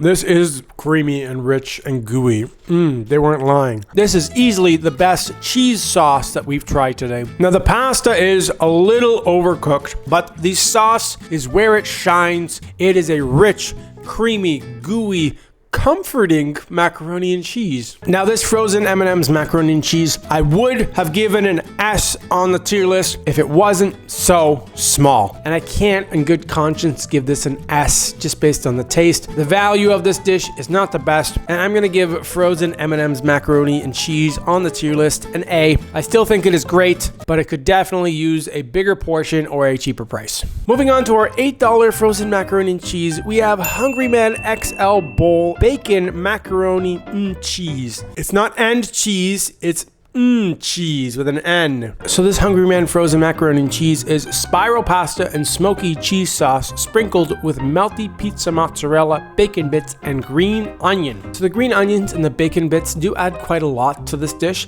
It does have a nice creamy sauce, and the pasta is a little overcooked. But the big problem with this frozen Hungry Man macaroni and cheese is that the cheese sauce itself is not terribly flavorful. Like it's not even really good at all. The cheese sauce is just missing a lot of depth and flavor, and even though you add green onion and bacon bits to this dish, it doesn't change the fact that the sauce itself is not very good. Now, I am a pretty big fan of frozen Hungry Man TV dinners, but these Bachelor Chow style frozen macaroni and cheese bowls have never been my favorite thing. I don't know what to tell you guys. Hungry Man is usually a home run in terms of frozen products, but these Bachelor style bowls are just not very good. I'm gonna give this Hungry Man frozen XL bowl bacon macaroni and cheese a D on the tier list. I don't think it's very good at all. Hungry Man, I still love your TV dinners, so we're cool, right? We're cool. I'll even sing your song. Ready? Hungry man, if you're a hungry man, then you need a hungry man. Moving on to our $9 frozen macaroni and cheese, we have Amy's broccoli and cheddar bowls. So this is a gluten-free rice pasta. It is not vegan. It does come with a cheddar cheese sauce made with 80% organic ingredients. So I have tried Amy's veggie meatloaf before, and I have tried a frozen pizza from Amy's, and I did like both of those. So, Amy, let's try your fusilli with broccoli and cheddar cheese. Okay. So first of all, this is a rice pasta. This is not made with actual flour. This is made with rice flour, so it's gluten-free. And you do taste the difference. A rice flour pasta does not taste the same as a regular pasta. It just doesn't. A regular pasta tastes better. I do like the fact that it comes with a little bit of broccoli mixed inside, give it a little nutrition. The cheese sauce is not like the most flavorful cheese sauce, but the touch of breadcrumbs on this macaroni and cheese, which sometimes macaroni and cheese comes with breadcrumbs and sometimes it doesn't. This one does, and that little extra added crunch from the breadcrumbs makes a big difference. Now, I will say this is a $9 dish, and for something that costs $9, this is one of the smallest of all the macaroni and cheeses we have today. So it is a healthier, gluten-free broccoli frozen dish. So they're trying to make you think that you got to pay more for healthier stuff. But I had this Smart Ones, which was also broccoli with chicken, and that tasted pretty good too. Now, if you do have a gluten allergy and this is the only dish that you can eat of all the 10 that we have today, it's still a pretty good dish. You are paying considerably more for it, but it's not bad. I actually am kind of underselling these breadcrumbs. These breadcrumbs are actually really, really good. Like, they bring the whole dish together. But the big problem is the size. This is $9 and it is a considerably smaller dish than a lot of the other ones we've tried today. Even though it is tasty, I can't in good conscience give this anything higher than a B. I think this is good. It would have been higher on the tier list if it was a little bigger or a little cheaper, but this rice flour fusilli with cheese sauce and broccoli and breadcrumbs from Amy's is pretty good, guys. So guys, before we try this $10 frozen macaroni and cheese, if you're enjoying this video, don't forget to subscribe, guys. Most of the people who watch my videos are not subscribed. It's free and you can always cancel later. Moving on to our last frozen product we're going to be trying today. It is $10 Mary Callender's Creamy Chicken Alfredo. So this is rigatoni, broccoli, chicken, cream sauce with some breadcrumbs, and I gotta say, it looks pretty good. This is $10, but this is easily the largest thing we've got today. It's kind of like a big family size portion. Comparing this $10 one to our $5 craft dinner, this is twice the cost, but exactly twice the size. So the value on it is pretty good. Okay guys, let's give it a try. Chicken, broccoli. Wow, okay, so we got a lot to say about this one. The cheese sauce is really good. It's a nice cheese sauce. It has a different kind of flavor to it, and it actually complements the rest of the dish. There isn't that much cheese sauce in it. Like, it could definitely use twice as much cheesy sauce to complement the dish, but it's pretty good. The broccoli is nice, and the chicken especially actually does have a really nice flavor to it. Sometimes chicken can be dry and tasteless. The rigatoni pasta is pretty overcooked. Like, it could definitely have been cooked less. I don't know why people who make frozen dishes always overcook their pasta so much. And this one is one of the ones that's really overcooked. But it does help that, like the Amy's one we just tried, this one has a nice breadcrumb layer on it, which gives it some texture and some substance and just makes it a better dish altogether. Now, like I said, this is our $10 dish, but it is extraordinarily large. Like, it's too big for one person. This is definitely a shareable kind of thing. This is the first thing I've ever tried from Mary Callender's, and I gotta say, I'm pretty impressed. I would have given this an S on the tier list if the pasta wasn't so overcooked. I'm gonna give this a solid A on the tier list. I still think this is really good. Recently, I did a video where I compared $1 to $10 TV dinners, and I had so much fun making that video. So what if this time I compared $1 to $10 beef TV dinners? So our $1 beef TV dinner that we have is Selection Spaghetti Bolognese. So this is very simple. This is just spaghetti with a beef and tomato sauce bolognese. And it looks like quite possibly the worst TV dinner I think I've ever seen in my entire life. This is like 98% spaghetti with maybe 1% tomato sauce and 1% ground beef. Okay guys, let's give our $1 beef TV dinner a try. It's not as bad as I thought it was gonna be. So this spaghetti is actually really thick because it's al dente. The sauce is actually pretty decent, like it has some decent flavor to it. However, this does lose a lot of points for having basically no sauce and no ground beef. So we are gonna be ranking everything on the tier list today based on 3 different factors. A, the size to price ratio. B, how good is the beef aspect of the TV dinner. And C, the quality and the taste of the TV dinner itself. So this one gets points for being a good size to price ratio. It's only $1 and you get a sizable amount. The beef aspect is the weakest part because there's barely any ground beef in this actual TV dinner. But even though there's not that much sauce to it, it's kind of flavorful and the pasta's pretty al dente. So on the tier list today, I'm gonna give this a C. I think this is okay. It's not actually something I'd ever get again, but I am surprised that this is not garbage like D or F. Like, this is like, it's okay. So the next beef TV dinner we have is Michelina's macaroni and beef. So this is macaroni and beef crumble in a tomato sauce. So it's no surprise that the 2 cheapest beef TV dinners that we have are both pastas. It's kind of hard to make a TV dinner for $1 or $2 without making pasta like the main part. This one is slightly bigger than the Selection Spaghetti and Bolognese that we just had, but this one does come with way more beef and a considerable amount of tomato sauce. So even though it's just a little bit bigger, the value and the price of what you're paying for is more beef compared to pasta. I have not been a fan of Michelina's in the past, but let's give this one a try, guys. So yeah, this one is not the best. The macaroni is very overcooked. There is a considerable amount of ground beef, but the flavor of the tomato sauce is also not the best. You shouldn't really expect much when a TV dinner is $2. Like, again, this is nothing I'd ever purchase. I would easily way rather spend more money for something better. So I'm gonna give this a D on the tier list. The pasta is overcooked. The tomato sauce doesn't have a good flavor to it. The only good thing about this is that you get a sizable amount of ground beef, but that's not enough to make it a good meal. So moving on to our $3 beef TV dinner, we have Smart One's home-style beef potato roast with vegetables and gravy. So I'm a little familiar with Smart One's TV dinners. I've had some of them before, and I think they're okay. This one does look pretty good considering there is a sizable amount of beef with nice carrots, potatoes, green beans, and a gravy. The potatoes don't really look the best. Like, they look kind of like boiled potatoes, and this is probably like a cheap cut of beef. Like, I'm sure they're not using like filet mignon for this beef. It's probably like stewing beef or something. Let's give it a try, guys. The beef is pretty good. It's quite flavorful, actually. It's a cheaper cut of beef, obviously, but it's got some nice texture to it. It's not dry, and with the gravy, it's pretty good. Let's try it with the carrots and the green beans and the potatoes, though, too. So this is where this TV dinner starts to lose me because it is like steamed vegetables. There's no real oil to it. There's no real salt. The only thing that's in this is the gravy, but there's not that much gravy. I suppose Smart Ones is supposed to be like a healthy option for TV dinners, but I don't want healthy. I want tasty. This Smart Ones $3 TV dinner is the same size as the Michelina's macaroni and beef TV dinner, except this one does come with a lot of vegetables and big slices of beef. If I was just eating this by myself, I would probably add some salt and maybe a little bit of butter to the vegetables, but I'm gonna be judging this TV dinner based on as is. And as is, this is good.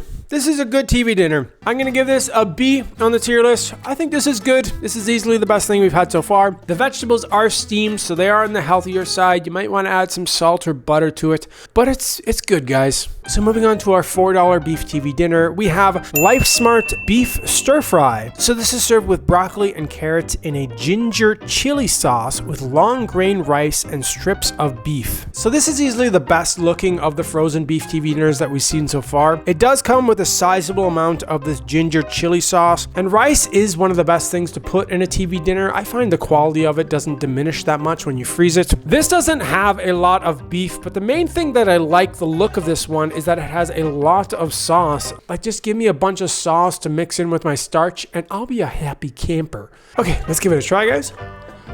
So a few things to say about this one. This ginger chili sauce does have a decent amount of flavor to it. Sauce is probably one of the most overlooked things when eating a meal. Like, if there was more beef bolognese sauce in the first two pastas that we had, or if there was more gravy in the smart ones that we just had, it would have been a better dish because the sauce makes or breaks the dish. So I'm gonna give this a B on the tier list. I think this is good. It doesn't have that much beef and that much vegetables, and it's not the biggest TV dinner, but the sauce is what makes it, and it is a complete meal. Yeah, I'm gonna give this a B. So moving on to our $5 beef TV dinner, we have Crave Steak Carne Asada Burrito Bowl. So it comes with seared beef steak with red and green peppers, black beans, cilantro, green chili pepper, jalapeno, white rice, lime, and Monterey Jack cheese. So this is a Mexican dish. It's like all the ingredients that would go in a burrito except without the wrap. It's just in a bowl. So for being our $5 beef TV dinner, this is easily the biggest one that we've had so far. The main parts of this dish is rice and beans with a little bit of beefsteak on the side. Like, it's not that much beef. Obviously, they want to fill it with rice and beans, the cheap stuff. It does look like a complete meal, so let's give it a try, guys.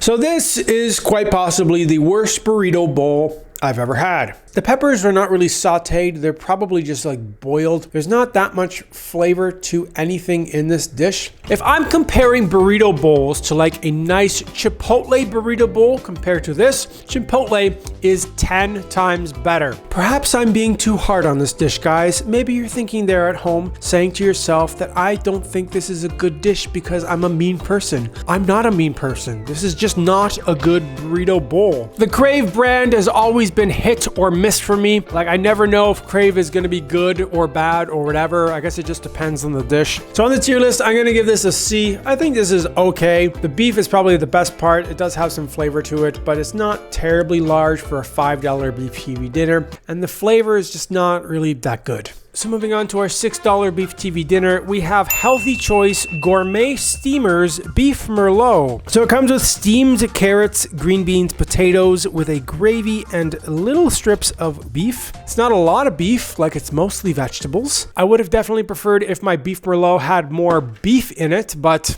what are you gonna do? The box also does look like it's way more flavorful and tasty than the actual thing. Okay, let's try steamed vegetables from a frozen TV dinner. The green beans are steamed, the carrots are steamed, the potatoes are steamed, the beef is dry and flavorless. Why does healthy food always have to be bad? Why can't it be also a tasty meal that I enjoy? It's basically just a big old bowl of steamed vegetables. It's steamed green beans, steamed carrots, steamed potatoes with a dry, tasteless beef and a little bit of gravy on the bottom. Like, you could have basically just gone to the store and gotten a frozen bag of vegetables, and that's what this is. This is just frozen vegetables with a little bit of dry, tasteless beef and a little bit of not very good gravy. I guess it's okay if you're looking for a healthier option, but I'm not looking for a healthier option. I'm looking for a tasty option, and this is not tasty. I'm gonna give this a D. The value is not good, the taste is not good. It is healthy, but I don't want healthy, I want tasty. So ladies and gentlemen, it gives me great pleasure to introduce our next TV dinner. I dropped the box. $7 Hungry Man Salisbury Beef Steakettes. So this is beef steakettes served with gravy, mashed potatoes, green beans, and a brownie. This is a true TV dinner. You have all the little compartments, you have all the little things, and it even comes with a dessert. What more could you ask for? Hungry Man is the way to go. I feel like there's people who watch these videos and think that I'm sponsored by Hungry Man and they pay me money to say good things about them, but I'm not sponsored. I just like Hungry Man. So normally I do like to add butter to my Hungry Man TV dinners, a little bit in the veggies, a little bit in the mashed potatoes, but I'm not going to because I want to compare this to the other TV dinners that we have today based on its own merit. Let's try the beef steakettes. Wow. For something that is frozen, this is a frozen TV dinner. For something that came out of your freezer, it comes out of a microwave. This is amazing. I don't know how you can get better than this. Even if you don't add butter to your mashed potatoes, you can still dip the mashed potatoes in the gravy. Green beans are also nice. They're not flavorless like the ones that came from this gourmet steamer beef merlot. This is like a good green bean, like a thick, juicy green bean. And then, of course, for dessert, you have a brownie. How do you get better than that? How do you get better than that? My cousin Johnny was telling me that not only should you put butter on your mashed potatoes and your green beans, you can even put a little bit of butter on the brownie before it goes in the microwave. And then you got like deliciousness. For $7, you get a sizable size of a TV dinner, a complete meal including a dessert, protein, carbs, veggies, everything you could possibly need. I'm gonna give a Hungry Man beef steakettes an S on this tier list. Like, this is just amazing. This is so much better than everything else we've had so far. It's not made for health, it's made for hungry men like me. I'm a hungry man. Should I do the song? Let's do the song. Hungry man, if you're a hungry man, then you need a hungry man. So moving on to our $8 beef TV dinner, we have Healthy Choice Power Bowl Korean-inspired beef bowl. So this is served with a mix of grains, darky leaf greens, seasoned braised beef, vegetables with a nice savory gochujang sauce. So this brand is Healthy Choice. This is the same brand of TV dinners we got for our $6 TV dinner, the beef merlot steamer, except this one looks way better than that steamer beef merlot that we had. This is not that big for something that cost $8, but let's give it a try.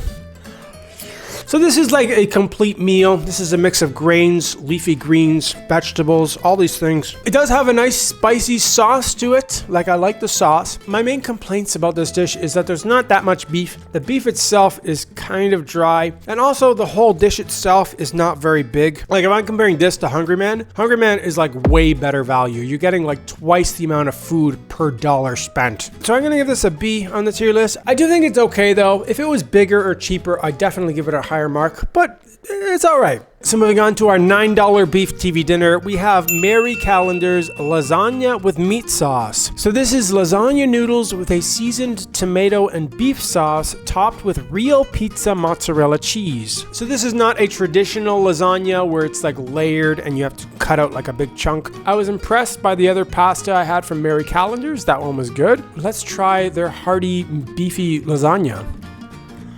Oh my goodness. Man, this is tasty.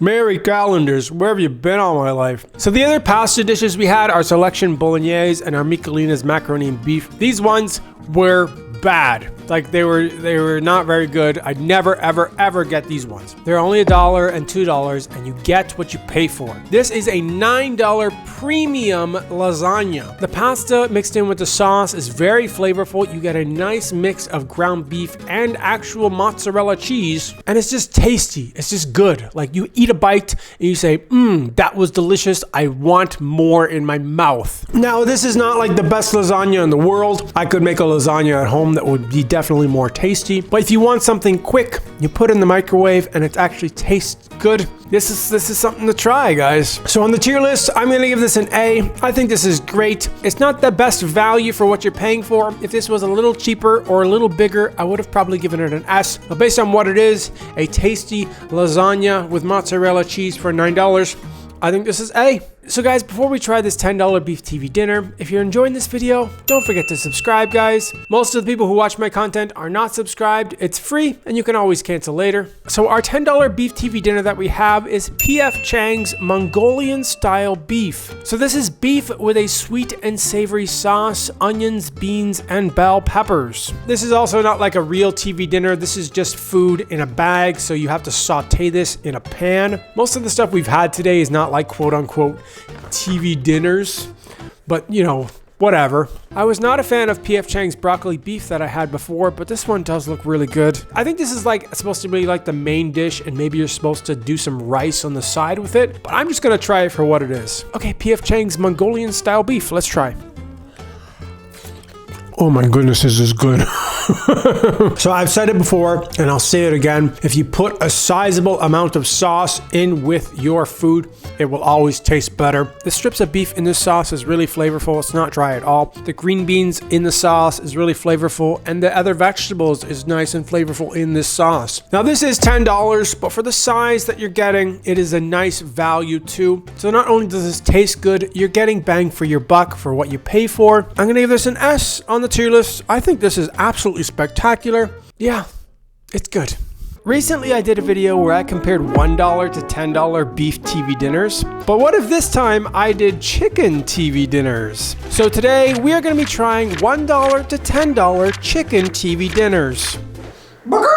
Our first chicken TV dinner we're going to be trying today is $1 Selections Penne Chicken. So this is very simple. This is penne pasta with a cream sauce and a little bit of chicken. Now I've tried many a pasta in my day, and I've tried many a chicken TV dinners in my day, and pasta TV dinners are never really any good. Like, it's very, very rare for a pasta dish to be frozen and good. I'm not going to judge this one until we try it, but let's just try it and see what it is. It's the tiniest pieces of chicken with penne pasta and cream sauce. Here goes nothing, guys. Wish me luck.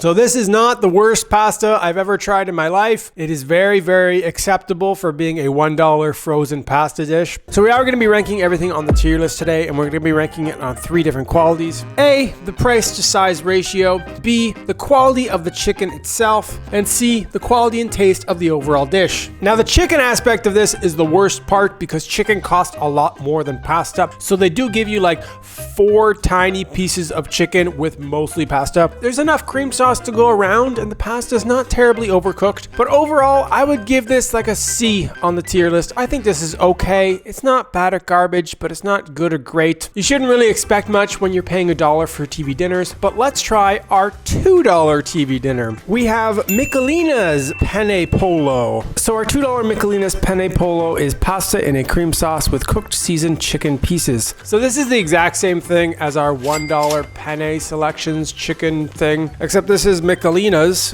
which Michelina's is never ever good. This again is 98% penne pasta with 2% chicken to it, but it is only $2, so let's give it a try, guys. Oh my god, why do I keep buying Michelina's? It's never ever good. Yeah. So this Michelina's Penne Polo with chicken and cream sauce and all this stuff is not very good. It's never been good. Michelina's is always a bad choice to make. Trust me. The chicken is tasteless and rubbery. The cream sauce is not good. The penne pasta is small and overcooked, and there's nothing going for this thing except for the fact that it costs $2. Whose idea was it to buy Michelina's? Who? Not mine. No, I keep going for more bites and I regret it every time. On the tier list, I'm gonna give this a D. It's no good in every single way. The only good thing about this is value. You get lots and lots of overcooked, tasteless, bad pasta for only $2.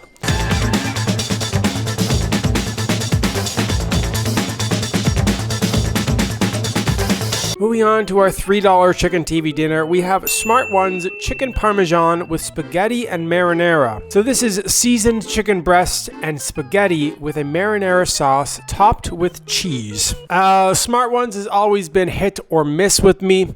You never know whether it's going to be good or great or bad or garbage. This looks quite disgusting. Like, it's goo, and it's chicken with goo and sauce and pasta, mostly goo.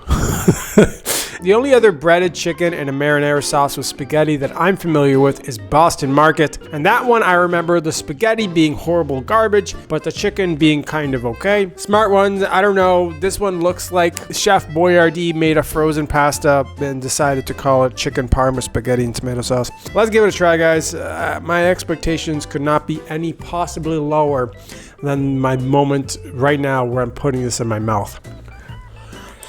No, this is very bad. Maybe the chicken can make up for this taste in my mouth. Let's try the chicken.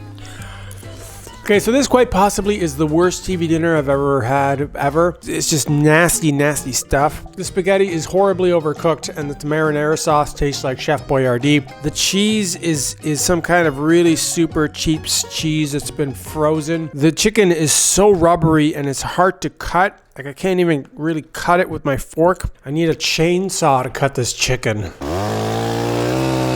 This cost me only $3, but really smart ones should be paying me money to try their products, because this is not something that I would ever buy again. So on the tier list, I'm gonna give this an F. I think this is absolute garbage. Just quite possibly one of the worst things I've ever tried in my entire life. The only good thing about this is that it's $3, but really it's $3 you're flushing down the toilet. I would not feed this to my cat. I think my cat deserves better than this, and I'm definitely not gonna be eating more of this. So, you want some spaghetti and marinara sauce, So? It's the worst thing I've ever had. You want some? So? You want some? It's free. It only cost me $3, but you can have it for free. Okay, bye, So. Moving on to our $4 chicken TV dinner, we have LifeSmart Thai Cashew Chicken. This is whole grain noodles in a Thai-inspired sweet and sour sauce. It does come with nice big pieces of chicken, like compared to our $1 and our $2 TV dinners, where you got the tiniest pieces of chicken. This is a sizable amount. The Smart Ones was sizable amount too, but that was rubbery, cheap, disgusting Smart Ones chicken. Okay, let's try LifeSmart Thai Chicken Cashew.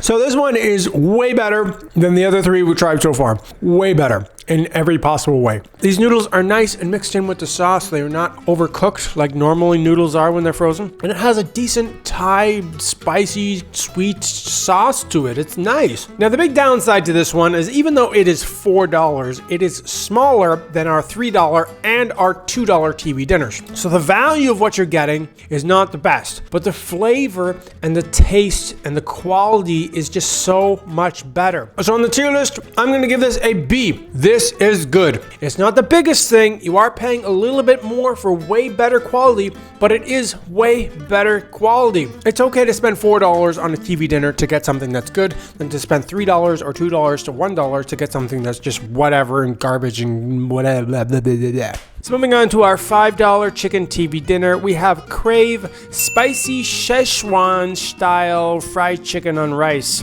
I don't know how to say Szechuan, whatever this is, Szechuan.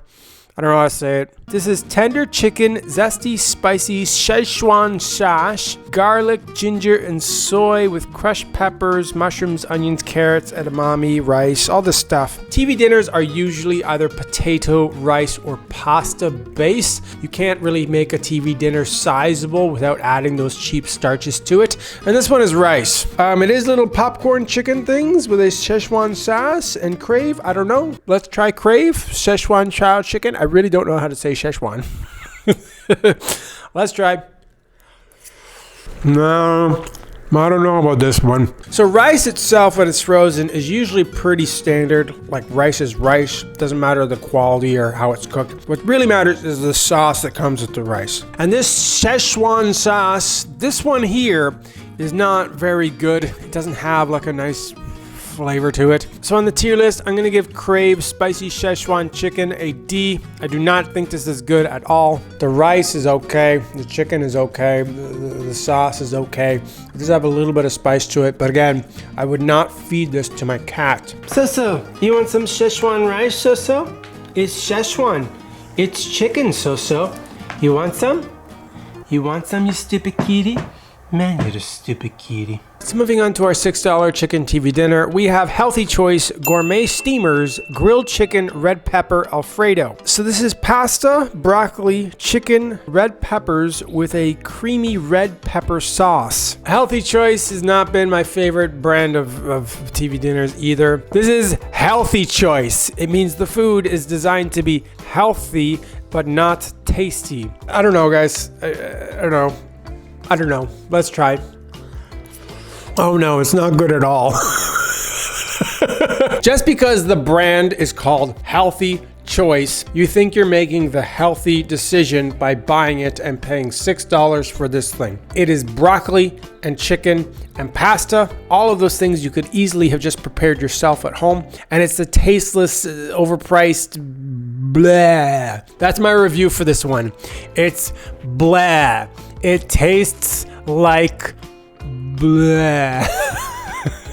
The chicken tastes like tasteless chicken. Like it's been made as healthy as possible for you. You might as well have just boiled a piece of chicken. The broccoli is steamed and it doesn't have any flavor to it. It is steamed broccoli and overcooked, terrible, bad pasta. So I'm gonna give this a D on the tier list. I think this is bad. It's not really an awful taste. It's just a no taste. It's just a blah kind of dish that you just don't really want to eat ever. Broccoli and chicken and whatever, but there's no real flavor to it. There's no real substance. It's nothing you would ever want to buy if you really wanted to enjoy something. So moving on to our $7 chicken TV dinner, we have Hungry Man fried chicken cutlets with potatoes, corn, and brownie.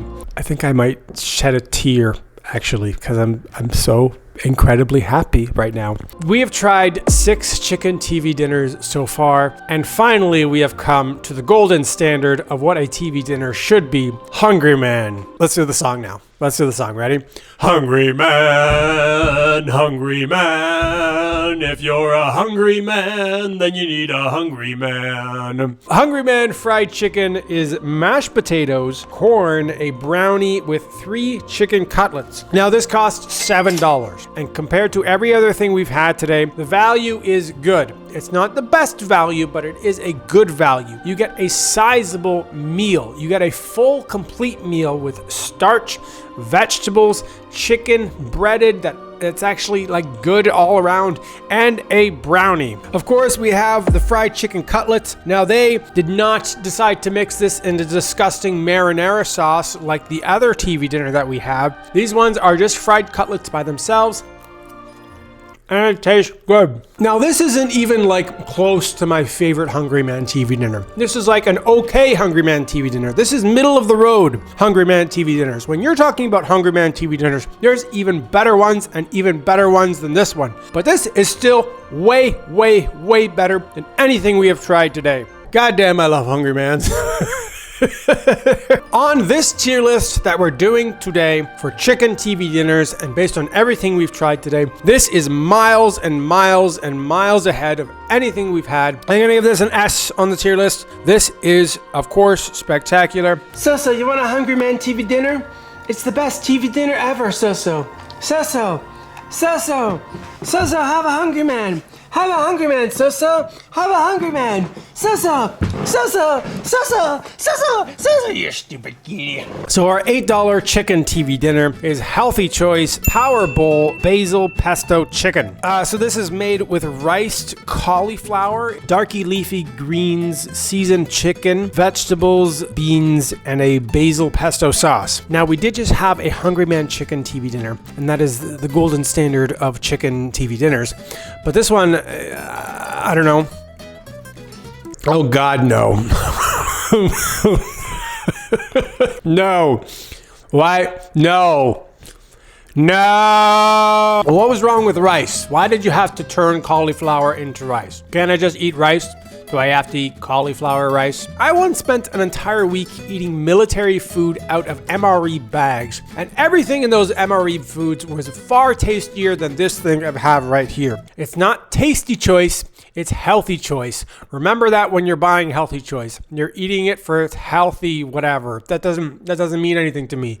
I want food to be healthy and tasty. This is just healthy. I want a TV dinner that's called Tasty Choice. It already exists actually. It's called Hungry Man. You know what this Healthy Choice chicken TV dinner kind of reminds me of? In the movie The Matrix, when they're in the real world and they're eating like mush. That's what it kind of feels like. It feels like this is nutritionally everything kind of that my body needs, but for my taste buds up here, it doesn't satisfy them at all. I need Hungry Man for that, not this. On the tier list, I'm gonna give this a C. I do think this is okay. It's better than a lot of stuff we've had today. is just, it has no flavor. It's a little overpriced. It's too small, and it's whatever. It's okay. C. So moving on to our $9 chicken TV dinner, we have Marie Callender's cheesy chicken and broccoli. So this one is also made with a riced cauliflower with grilled chicken breast, broccoli florets, and a cheese sauce. Now, looking at this thing, you can see that it is very, very cheesy. It looks like cheese soup with cauliflower, broccoli, and chicken. That's what it looks like. It looks like a big old cheese soup. Marie Callender's has been very good to me in the past. I've tried a couple other things from this brand before. I don't know, guys. Let's try Marie Callender's broccoli, cheesy chicken, rice, cauliflower thing. Let's give it a try. Okay, now we're talking. This one's pretty good. You see, the other rice cauliflower that we tried from Healthy Choice, this one is no good. The rice cauliflower is mush. This is mush rice cauliflower with a basil pesto sauce that's barely there, and it's a healthier version, whatever. I don't care. This one doesn't taste very good. The rice cauliflower in the Marie Callender's has an actual bite to it. It's crunchy. It's almost an al dente rice cauliflower. But also when you drown it in this cheesy sauce, it just tastes good. Sometimes when you eat food, all you have to say is, this is good, and this is one of them foods. Now, this is $9. However, this is 2 to 3 times the size of most of the TV dinners we've had today. Up until about a month ago, I was very unfamiliar with the Marie Callender's brand, but this is now the 3rd one that I have tried, and I have been completely satisfied every single time I've tried it. So on the tier list, I'm gonna give this an S. I don't think this is the tastiest thing, but the reason I'm giving it an S is because it is a great value. You're getting this huge thing of food for only $9. I've been very satisfied with the Marie Callender's brand thus far. So guys, before we try this $10 chicken TV dinner, if you're enjoying this video, don't forget to subscribe. Most of the people who watch my videos are not subscribed. It's free, and you can always cancel later, but hit subscribe. So our $10 chicken TV dinner that we have is P.F. Chang's chicken lo mein. So this is chicken breast with lo mein noodles with cabbage, carrots, celery, and mushrooms with a made from scratch sauce. So the last thing I tried from P.F. Chang's was a similar bag of food type thing. It was Mongolian style beef. This is chicken with the lo mein noodles and carrots and cabbage and stuff, and I don't know. Let's give it a try. So this one does have a nice sauce to it. I do like the sauce that comes with this. The vegetables are good too. It does have an overall decent flavor to it. The only real bad thing I have to say about this is the lo mein noodles themselves. Adding the noodles in the bag just kind of deteriorates everything inside. It just makes the dish worse. It's a decent value. It is a very big dish. Like, this could easily serve 2 people. I'm gonna give this a B on the tier list. I think this is good. Not nearly as good as the other Mongolian beef that I had from P.F. Chang's. So the chicken lo mein is here, right? But the stupid kitty's over here. You stupid kitty, you want some chicken? Over the last month, I've been doing a series of $1 versus $10 TV dinners. And since I've already done chicken and beef, it looks like we're moving on to pork. So today, we will be doing $1 versus $10 pork TV dinners. So our $1 frozen pork product we have is Schneider's breakfast sandwiches. This is pork sausage with a fluffy egg patty and cheddar cheese nestled in between an English muffin. So if you're wondering how this can cost $1, this is actually $2.49, but it comes with 2 sausage and egg breakfast sandwiches. This is basically like a McMuffin you get from McDonald's. It's sausage, egg, cheese, and an English muffin. I'm not gonna lie, guys, this looks pretty good. It only took 2 minutes in the microwave, 60 seconds on each side. Let's give it a try, guys. Okay. So this is pretty good. It actually kind of tastes like a McMuffin from McDonald's. It tastes fresh too, like it was just made, even though it just came out of a microwave. So we are going to be ranking everything on the tier list today based on 3 different factors. A, the price to size ratio. B, the quality of the pork itself. And C, the quality and taste of the overall product. Now, in terms of price to size, this is pretty good. It's a nice size for something that only cost $1.25. So on the tier list, I'm going to give this an A. This is pretty great. It's not like the tastiest cheapest thing in the world, and it's not like the best value thing in the world, but this is pretty good. So moving on to our $2 pork TV dinner, we have Irresistible Egg, Sausage, and Bacon Breakfast Bowl. So this is scrambled eggs with sausage, bacon, potato, and like a little bit of cheddar cheese. So this is a TV dinner, but it's breakfast. So it's a TV breakfast? I don't know. Okay, let's give it a try, guys. We have sausage and bacon with scrambled eggs and potato and cheese. So this is very, very okay. There's no like super flavor to it. It is a frozen egg sausage thing. The Schneider's Egg McMuffin that we had was far more flavorful. The value of this is pretty good though. You're paying only $2 for just a breakfast that's like pre-made for you. So on the tier list, I'm gonna give this a B. I do think it is good. Like it's a good value for what you get. It is lacking a lot of flavor, but it's still good. I would actually get this again. So moving on to our $3 pork TV dinner, we have Irresistible's pulled pork carnitas style. So this is pulled pork with spiced brown rice and quinoa, black beans, green peppers, corn, and red peppers. So this is the same brand as the scrambled eggs, bacon, and sausage that we just had. And Irresistibles is not a brand that builds a lot of confidence when I buy their products. Like I'm never really sure what it's gonna be. I've also not been a fan of Mexican frozen food in the past. I find it never freezes well or whatever. I don't know, it's always better fresh. I don't know what this one's gonna be. Let's try. This is very, very, very okay. Like it's all right. It's rice and quinoa, beans, corn, peppers with pulled pork. There's no real like nice spice to it. It just doesn't tickle me where it needs to be tickled. You understand? It's hard for me as someone who enjoys Chipotle. Like I just absolutely love Chipotle whenever I go get a bowl or burrito from there. And this is not even close to Chipotle. Like I bet you if I froze Chipotle and I had this one fresh, Chipotle would still be way, way better. So on the tier list, I'm gonna give this a C. I think this is okay. It's not really the best thing. So moving on to our $4 pork TV dinner, we have the Pie Commission pork meat pie. So this is a classic French Canadian style meat pie made with fresh ground pork, potatoes, and onions. I do love the guy with the mustache on the front. I think he's pretty awesome. So I realize this is not even close to a TV dinner. This is a pork meat pie, but I'm gonna call it a TV dinner and there's nothing you can do to stop me. The title of the video said TV dinner. This is a meat pie. Meat pies are not TV dinner. Shush. This does look pretty good though. This is a pork meat pie with potatoes and a flaky crust. Let's give it a try. Okay, now we're talking. This is quite tasty. The flaky crust is nice and flaky and buttery. The pork has a really nice flavor to it, and it's just doused with potatoes and flavor and goodness. I've never had a pork meat pie before. I'm very familiar with the Swanson brand. They make chicken, turkey, and beef meat pies. Another reason why this probably tastes so good is I did cook it in a conventional oven. This is not something that can be microwaved. And people are going to tell me in the comments again, oh my God, you're microwaving everything else, but this one you cooked in the oven. That's not fair. Shush. I think this is great. It's a great value. It tastes good. It's nice and flaky and flavorful. And I'm gonna give this an S on the tier list, guys. I think this is a great little meat pie. I would definitely get this again. So, you want a meat pie, So? It's meaty deliciousness, So. What are you doing, So? Man, you're a stupid kitty.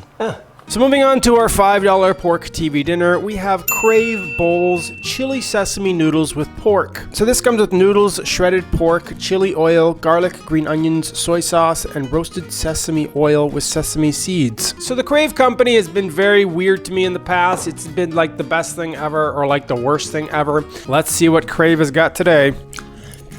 Oh wow, this is good. It's a little spicy, which I like. The sesame adds a nice little crunch to the sauce. The noodles are not overcooked, so they're nice and wide, and they had a nice little bite to them. Normally when I see TV dinner stuff in a bowl, I don't know, the circular shape of it just doesn't build a lot of confidence in me. I much prefer my TV dinners to be like a rectangle with different compartments in it. But this one's damn tasty, I gotta say. I'm gonna give this an S, and there's nothing you can do to stop me. This is absolutely spectacular, and you're not gonna do anything to change my mind. Moving on to our $6 pork TV dinner, Wong Wing honey garlic pork. So this is lightly breaded, bite-sized, tender pork pieces in a delicious delicious honey garlic sauce. So this is 2 separate servings, but I'm gonna just put them all together and judge it as a $5 dish. This does look honey garlicky. So here's the thing when we're talking about Chinese food that comes from a buffet, which essentially that's what this is. This looks like it could come off the line of a buffet, all you can eat food, pork and a honey garlic sauce. The Chinese buffet food is never ever like amazing food. And I don't think it's designed to be amazing food. I think it's designed to be good. It's designed to be consistently good. It's not supposed to be amazing, it's supposed to be good. And that's what this is. This is good. Like, this is good. It tastes good. And if I mix this with rice, or even if I just ate it as is, I think I would be very satisfied with my meal. So on the tier list, I'm gonna give this an A. I do think this is great, actually. Like, it's a nice little honey garlic pork thing. You get 2 servings, you just add a little bit of rice to it, and you got yourself a meal. Moving on to our $7 pork TV dinner, we have Hungry Man Backyard Barbecue. So this is seasoned rib-shaped pork with a chicken cutlet, mashed potatoes, sauce, corn, and a brownie. Hungry Man has always been the golden standard for what a TV dinner should be. You get mashed potatoes, starch, you get some sort of vegetable, you get some sort of meat, usually in a sauce, and you get yourself a brownie. Now this is not even one of my favorite Hungry Man TV dinners, but this one does come with a nice backyard barbecue rib-shaped pork with a sauce, and this is tasty. Not amazing, not the best thing in the world, but just consistently good. There has never been a more consistent TV dinner product than Hungry Man. You know what you're getting before you get it. You can pick any Hungry Man at random, and if it's a TV dinner, you know it's going to be good. If you do not want to actually cook a dinner, and you just want to take something out of the freezer, pop it in the microwave, and you're good to go, then Hungry Man is always a good choice. Now, people at home might be thinking that I'm going to put this Hungry Man at S because it's Hungry Man. What else would I put it at? But I don't think that Hungry Man deserves an S every single time. It depends on the actual individual meal. And this Hungry Man here, I think is great. It's not my favorite thing in the world, like this backyard barbecue rib thing, whatever, and this sauce. It's not the tastiest thing, but everything else is consistent. It's still great. I'm going to give this Hungry Man an A on the tier list. I do really like it a lot, but I don't think it's quite S. Should we do the Hungry Man song? Let's do the song. Hungry man, if you're a hungry man, then you need a hungry man. Moving on to our $8 pork TV dinner, we have P.F. Chang's Korean-inspired pork. So this is a lo mein noodle bowl with pork, carrots, cabbage, bell peppers, shiitake mushrooms, and green onions with a spicy gochujang sauce. So I recently did just try P.F. Chang's chicken lo mein, and I did think that was good. This doesn't have a lot of pork, I do have to say. The pork is very lacking. P.F. Chang's lo mein Korean style pork. Okay, this is how we're eating this. So the sauce is good. It's got like a nice spicy ginger flavor to it. The pork is good too. Like, for the pork you get actually is pretty good. But the big giant weak link in this frozen dish is that it's mostly lo mein noodles. This is like 90% noodle with 5% sauce and 5% pork and vegetables. Comparing this to like the Crave bowl that we had earlier, this is the same size except way tastier with more sauce and pulled pork and way cheaper. Yeah, I've not been impressed with P.F. Chang's. I'm sure their restaurant is good. I've never been there before, but their frozen products, they're not my favorite. So on the tier list, I'm gonna give this a D. I think this is bad. So the reason I'm giving this a D is just flat out value. You're paying $8 for 90% noodles with little sauce and a little bit of pork. It needs way more pork or to be way cheaper in order for me to put it any higher than D on the tier list. So moving on to our $9 pork TV dinner, we have Marie Callender's scalloped potatoes in a creamy cheese sauce with ham. So this is scalloped potatoes with a creamy cheese sauce and ham. It's the title and the description of the dish. Marie Callender's has been spectacular to me in the past. It is $9 for a giant dish of food. Now this is mostly potatoes in a cheesy cream sauce, but it does come with a sizable amount of ham on top. My expectations could not be higher for a dish. I've tried 3 Marie Callender's things in the past and they've all been delicious. So let's try this one. It's delicious. You're getting this giant dish of food for $9. It could serve 2 people easily. If you ever go to the grocery store and you see the Marie Callender's brand, get one. I don't care what it is. Close your eyes at random and choose one, but you'll be definitely satisfied. Like, this is $9, right? This is about 1.5 pounds of food. Compared to this P.F. Chang one for $8, which is just all noodles and is like half the size. What's going on here? I'm paying $1 more for something that's twice the size and tastier and way cheesier and hammier and I know hammier is not a word, but I just made it up. Hammier. It means to be more hammy. Shush. Every bite keeps you wanting more. You have a bite and you want another bite and then you want another bite. You never ever want to stop when you're eating Marie Callender's. I'm gonna give this an S on the tier list. I think this is spectacular. You're getting a great value. You're getting a tasty meal. You're getting a sizable amount of ham, cheese, cream sauce. It's just good in every single way. So guys, before we try this $10 pork TV dinner, if you've been enjoying this video, don't forget to subscribe. Most of the people who watch my videos are not subscribed. It's free and you can always cancel later. So subscribe. So our $10 pork TV dinner we have is pork miso ramen. This is from Crafty Ramen Noodle Shop and Market. It comes with broth, noodles, protein, and toppings. The protein it comes with is pork. Obviously, it's a pork miso ramen. I recently just tried 42 different ramens, but those were all dry ramens from packages. This is a pre-made ramen in the broth that you simply microwave for a few minutes. I'm really not sure what to think of this one, but let's give it a try. It's kind of gross.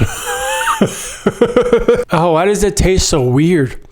It tastes like feet. It tastes like you're eating someone's foot. Yeah, I don't know if my palate's just not used to this kind of porky, brothy flavor, but this is just not good. I really enjoyed tonkatsu, which is like a pork brothy kind of ramen, but this is not even close to like a dry nongshim tonkatsu. This is like a whatever frozen thing. I'm gonna give this an F. This is just like the weirdest, worst flavored thing that we've tried today, and I don't like it. Thanks for watching! Over the last little while, I've been trying every single kind of TV dinner. And the only kind of TV dinners I haven't tried yet is veggie TV dinners. So today, we will be trying veggie TV dinners from $1 all the way to $10. So our first veggie TV dinner that we have is Selection Spaghetti Marinara. So this is very simple. This is just spaghetti with a tomato marinara sauce. Now, as a person who makes spaghetti and tomato sauce at home all the time, I know what good spaghetti and tomato sauce is supposed to be. And this one does not look nearly as saucy as it should be. Your pasta really should be drowning in tomato sauce, like it needs a life preserver, like there's so much sauce to make it all the more flavorful. My expectations are very low for a frozen pasta that only cost $1, but let's give it a try. So I've tried many frozen spaghettis before, and the thing I do like about the Selection brand is their spaghetti is quite thick. The sauce is actually pretty good considering it only costs $1. Like it has like some decent garlic and onion flavor to it. So we are going to be ranking everything on the tier list today, and we're going to be ranking it on 3 different factors. A, the price to size ratio. B, the quality and taste of the veggie aspect of the dish. And C, the quality and taste of the overall dish. Now the only veggies in this dish is just tomato sauce. It's just a little bit of sauce with mostly pasta. The Selection brand is never something I would jump for. Like I'm much more willing to spend more money to get a better TV dinner. So on the tier list, I'm gonna give this a B. I think it's actually good for what it is. It only costs $1. You're getting a flavorful marinara sauce, and the pasta is not terribly overcooked. I think it's worth a B. Moving on to our $2 veggie TV dinner, we have Michelina's Rigatoni Pomodoro. So this is rigatoni pasta in a spicy Italian style tomato sauce. Michelina's is not something I've been enjoying of late. In fact, I don't think we've ever had something from Michelina's that's ever been good. You never know if something's gonna be good until you try it, so let's try Michelina's. Oh my God, this is not so good, guys. The sauce in this one is kind of sweet. It tastes like it comes out of a Lunchables lunch kit. The pasta is ridiculously overcooked and like mushy. I think I'm done with Michelina's, guys. I think I'm done trying any other Michelina's product because I've never ever had anything that's even remotely good. And this is no exception, of course. I don't know who's running the Michelina's company and why you decided to make your food so horrible and disgusting. But this is the reality of the situation. And I'm just trying your food and giving you my honest opinion. It's garbage. I don't have much more to say about this Michelina's pasta. It's a horrible flavor and a horribly overcooked pasta, and it's not worth $2 or $1. I wouldn't eat this if it was free, actually. You'd have to pay me money to eat this Michelina's pasta in the future. On the tier list, I'm going to give this an F. I think this is absolute garbage. Michelina's has always been the worst pasta company ever. Don't eat it. Moving on. Moving on to our $3 veggie TV dinner, we have Smart One's Ravioli Florentine. So this is cheese ravioli in a delicious spinach marinara sauce topped with zucchini and carrots. So this looks much better than the other pastas we've had today. A pasta with cheese, especially a ravioli stuffed with cheese, will always be better than like a rigatoni or spaghetti. This one also comes with zucchini and carrots, so it actually has a veggie aspect of it instead of just sauce. Okay, let's give it a try. Oh my God, this is like, I think the best frozen pasta I've ever had in my entire life. This is coming from someone who's tried many a frozen pasta before. So there's three main reasons why I think this pasta is spectacular. First of all, the ravioli is like a fresh pasta. It tastes like it was just made by like a nonna. The tomato sauce is super flavorful. It tastes like it just came out of a 5-star restaurant. Like, I don't know why this tomato sauce tastes so good. And lastly, the spinach, carrots, and zucchini in the sauce just add a nice melody of flavors on your palate when you're enjoying this meal. I have never been so satisfied in my entire life with a frozen pasta dish before. I'm gonna give this an S, guys. I think this is amazing. It's like easily the best frozen pasta I've ever had. Yeah, this is amazing. Moving on to our $4 veggie TV dinner, we have Irresistible's falafel with spiced rice and quinoa. So this is spiced brown rice and quinoa with a vegetable and chickpea blend and a savory garlic tahini sauce. I really like Middle Eastern food every time I have it, especially when it's veggie like this, like falafel and chickpea and rice and tahini. Like, all of these sauces are really good together. I actually really like all types of food. There's no type of food that I could eat that I wouldn't like as long as it's prepared well. Now, I've never had a frozen Middle Eastern dish before. I've always had it fresh, so I don't know how this is going to be, but let's give it a try, guys. Yeah, so this is very, very okay. It obviously would have tasted better fresh if I had it as soon as it was made as opposed to frozen and then I microwaved it later. Now, the value on this thing is good. Like, you get a decent size for paying $4, but I do find it very bland, and I bet you I could make something at home way better. On the tier list, I'm gonna give this a C. I do think it's okay overall. My initial reaction was that it was okay, and after more and more bites, I just discovered that yeah, it's okay. Moving on to our $5 veggie TV dinner, we have a Kraft Dinner Deluxe 4 cheese. So this is Kraft Dinner made with 4 different types of cheeses: Parmesan, Asiago, Romano, and Blue. So if you saw the original video where I tried $1 versus $10 TV dinners, I did try Kraft Dinner in that one too, except this one is 4 cheeses, which sounds so much better. Like, who doesn't like 4 different types of cheeses in their Kraft Dinner? I do like Kraft Dinner. I enjoyed the stovetop one and the microwaved one that I tried before. Let's try this 4 cheese one.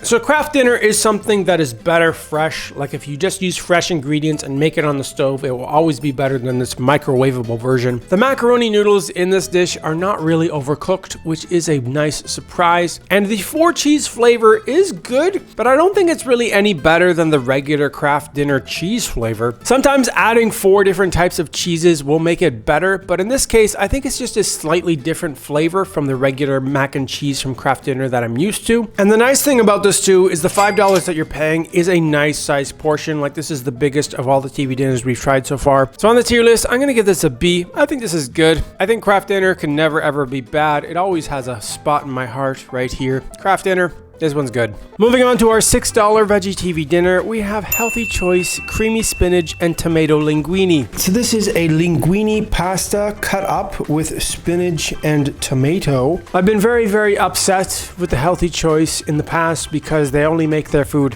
healthy and they do not make their food tasty. Now, I do enjoy tasty food and I do enjoy healthy food, and ideally they're both, but Healthy Choice has always been healthy. It has never ever been tasty. I do not like the fact that this linguine pasta is all cut up. It looks like they chopped it up for a 2-year-old. I don't know, guys. Healthy Choice. Let's try. Okay, so this one is lots of spinach with like a pea puree sauce and cut up linguine. Spinach is something that Popeye eats. He eats it and he becomes strong, and then Popeye can beat up Bluto or whatever. Now this spinach doesn't taste very good. It is a frozen, overcooked spinach. The sauce that comes with this is a puree, so it tastes like a pureed soup instead of an actual sauce. It's my fault for expecting more, I guess. I expect this food to be tasty as well as healthy. It's for somebody who wants to eat horrible food and think that they're doing something good for themselves when all I really want is something that tastes good. The value on this is also horrible. This is a $6 veggie TV dinner, and it is the same size as our $2 Michelinas. The $2 Michelinas was absolute garbage in terms of flavor and quality, but this is also really bad. It's just really bad with spinach. So I'm gonna give this a D on the tier list. I think this is bad. Healthy choice has never been something that I personally would ever choose. If you want to eat healthy, I guess it's a good thing for you, but I want to eat tasty, and that's not what this is. Moving on to our $7 veggie TV dinner, we have Desilicious Indian Thali. I'm not gonna be pronouncing any of these words properly, so don't expect me to. It's served with dal makhani, paneer makhani, plain naan, and peas pulao. So the name of this Indian TV dinner company is called Desilicious, which I thought was amazing considering my name is Desi. I did try another Indian veggie TV dinner before, and I really enjoyed that one. I don't know, guys, let's give it a try. Why is Indian food so good? Why is Indian food always so good?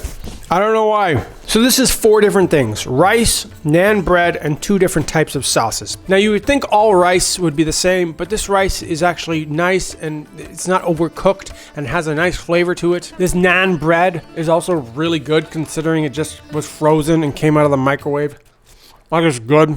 And these 2 sauces that it comes with is just full of different flavor from different spices. It is also a little spicy, which I love. Most frozen TV dinners are never spicy, and this has a nice Indian spice to it too. I'm not really surprised at all that this is amazing. The last Indian TV dinner I tried was also really good. And this is also like a great value. Like, you get a lot of food considering it only costs you $7. At $7, this is the largest TV dinner that we have today. So this is better value than the $8, $9, and $10 one. Comparing this to like the healthy choice pasta we had, it's not even close. This is so bad. It has no flavor, it's bland, and its only objective is to be healthy. I don't know what to tell you. This is amazing. And I'm not being biased just because it says Desilicious on it and I'm Desi. It's just really good.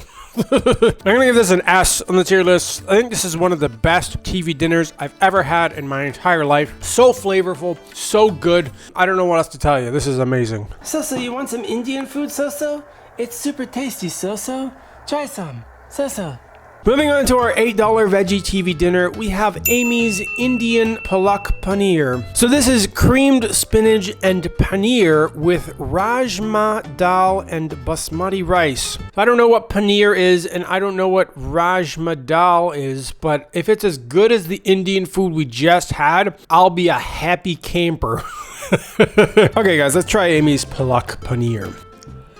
Wow. Okay. Oh, this is quite tasty too. I've been very impressed with everything I've tried from Amy so far. The only downside to these Amy dishes, even though they are quite tasty, is that they're not the best value. This Amy's dish is half the size of the Desilicious dish that we just tried, and it's not quite as tasty as the Desilicious one either. It is good, don't get me wrong, but it's just not as good. So on the tier list, I'm gonna give this an A. I do think this is great. If it was bigger or cheaper, it probably would have been S2. You're paying more for a premium price, but you do get something that is quite tasty and it's good. Moving on to our $9 veggie TV dinner, we have VG Gourmet plant-based teriyaki bites. So this is veggie-based soy teriyaki bites. The picture said it was supposed to be served with rice, but it didn't actually come with rice.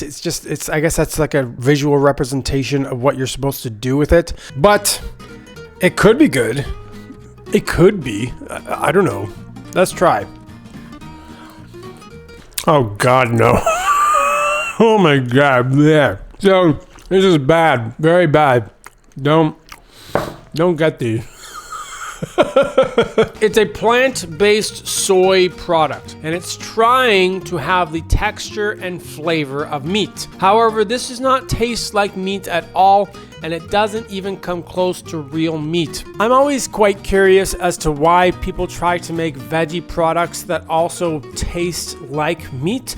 Like if you want to eat veggies, just eat veggies. You don't need to turn veggies into something that tastes like meat. Just eat the veggies themselves. I feel kind of bad because the chef on the back here, her name is Chantel Becker. She looks like a nice person, but I don't know if it's because this was frozen and then thawed on a microwave, but I don't think so. I think this is just gross. I never try to be mean when I review these foods. What I try to be is honest. And honestly, this is quite possibly the worst frozen thing I've ever had in my entire life. Overpriced, small, did not come with rice when it looked like it came with rice on the front. It tastes weird and it has a weird texture trying to be meat. I'm gonna give this an F on the tier list. This is like Michelina's bad. Michelina's knows they're bad. And I don't know if this company knows they're bad, but it's bad. So guys, before we try this $10 veggie TV dinner, if you've been enjoying this video, don't forget to subscribe. Most of the people who watch my videos are not subscribed. It's free and you can always cancel later, but don't cancel later, just subscribe forever. So our final $10 veggie TV dinner, which is not really a TV dinner, it's a ramen, but I'm just gonna call it a TV dinner, and there's not much you can do about it. Like, you can leave me a comment and tell me that this is not a TV dinner, and I'll agree with you. It's not a TV dinner. So we have a tofu miso ramen. This is made by Crafty Ramen Noodle Shop and Market. It's served with broth, noodles, and a tofu topping. So I did try the pork miso ramen from this company recently, and I believe I said it tasted like feet. Oh, why does it taste so weird? It tastes like feet. It tastes like you're eating someone's foot. And I stand by that. That pork miso ramen tasted like feet. I don't know what feet taste like, but that's how I imagine it to taste. But I did not want to judge this brand based on just one product. I want to try this veggie one and see if it's any better. I do have a lot of experience trying different ramens, and I know what good ramen tastes like. This one does look good. It looks great. It looks flavorful, but I'm going to try it. Let's just try. Okay, so this one tastes way better than the pork miso one I tried a few days ago. It has a very nice soy flavor to it, and it has a very nice sesame flavor to it. So it has like sesame oil and fresh sesame seeds with the tofu, green onions, corn, and the noodles inside. It's $10, but it is the second largest of all the TV dinners that we have today. So on the tier list, I'm gonna give this a C. This is really nothing that I would ever get again. The noodles are overcooked. It's just a sesame soy flavor with some other stuff to it, but nothing really to jump for. Instead of this, stick with Bulldog ramen. That is the best ramen in the whole wide world. Ba-da, ba-da-da-da-da, hey, hey, ba-da, ba-da-da-da-da, hey, hey, ba-da, ba-da-da-da-da, hey, hey, ba-da, ba-da-da-da.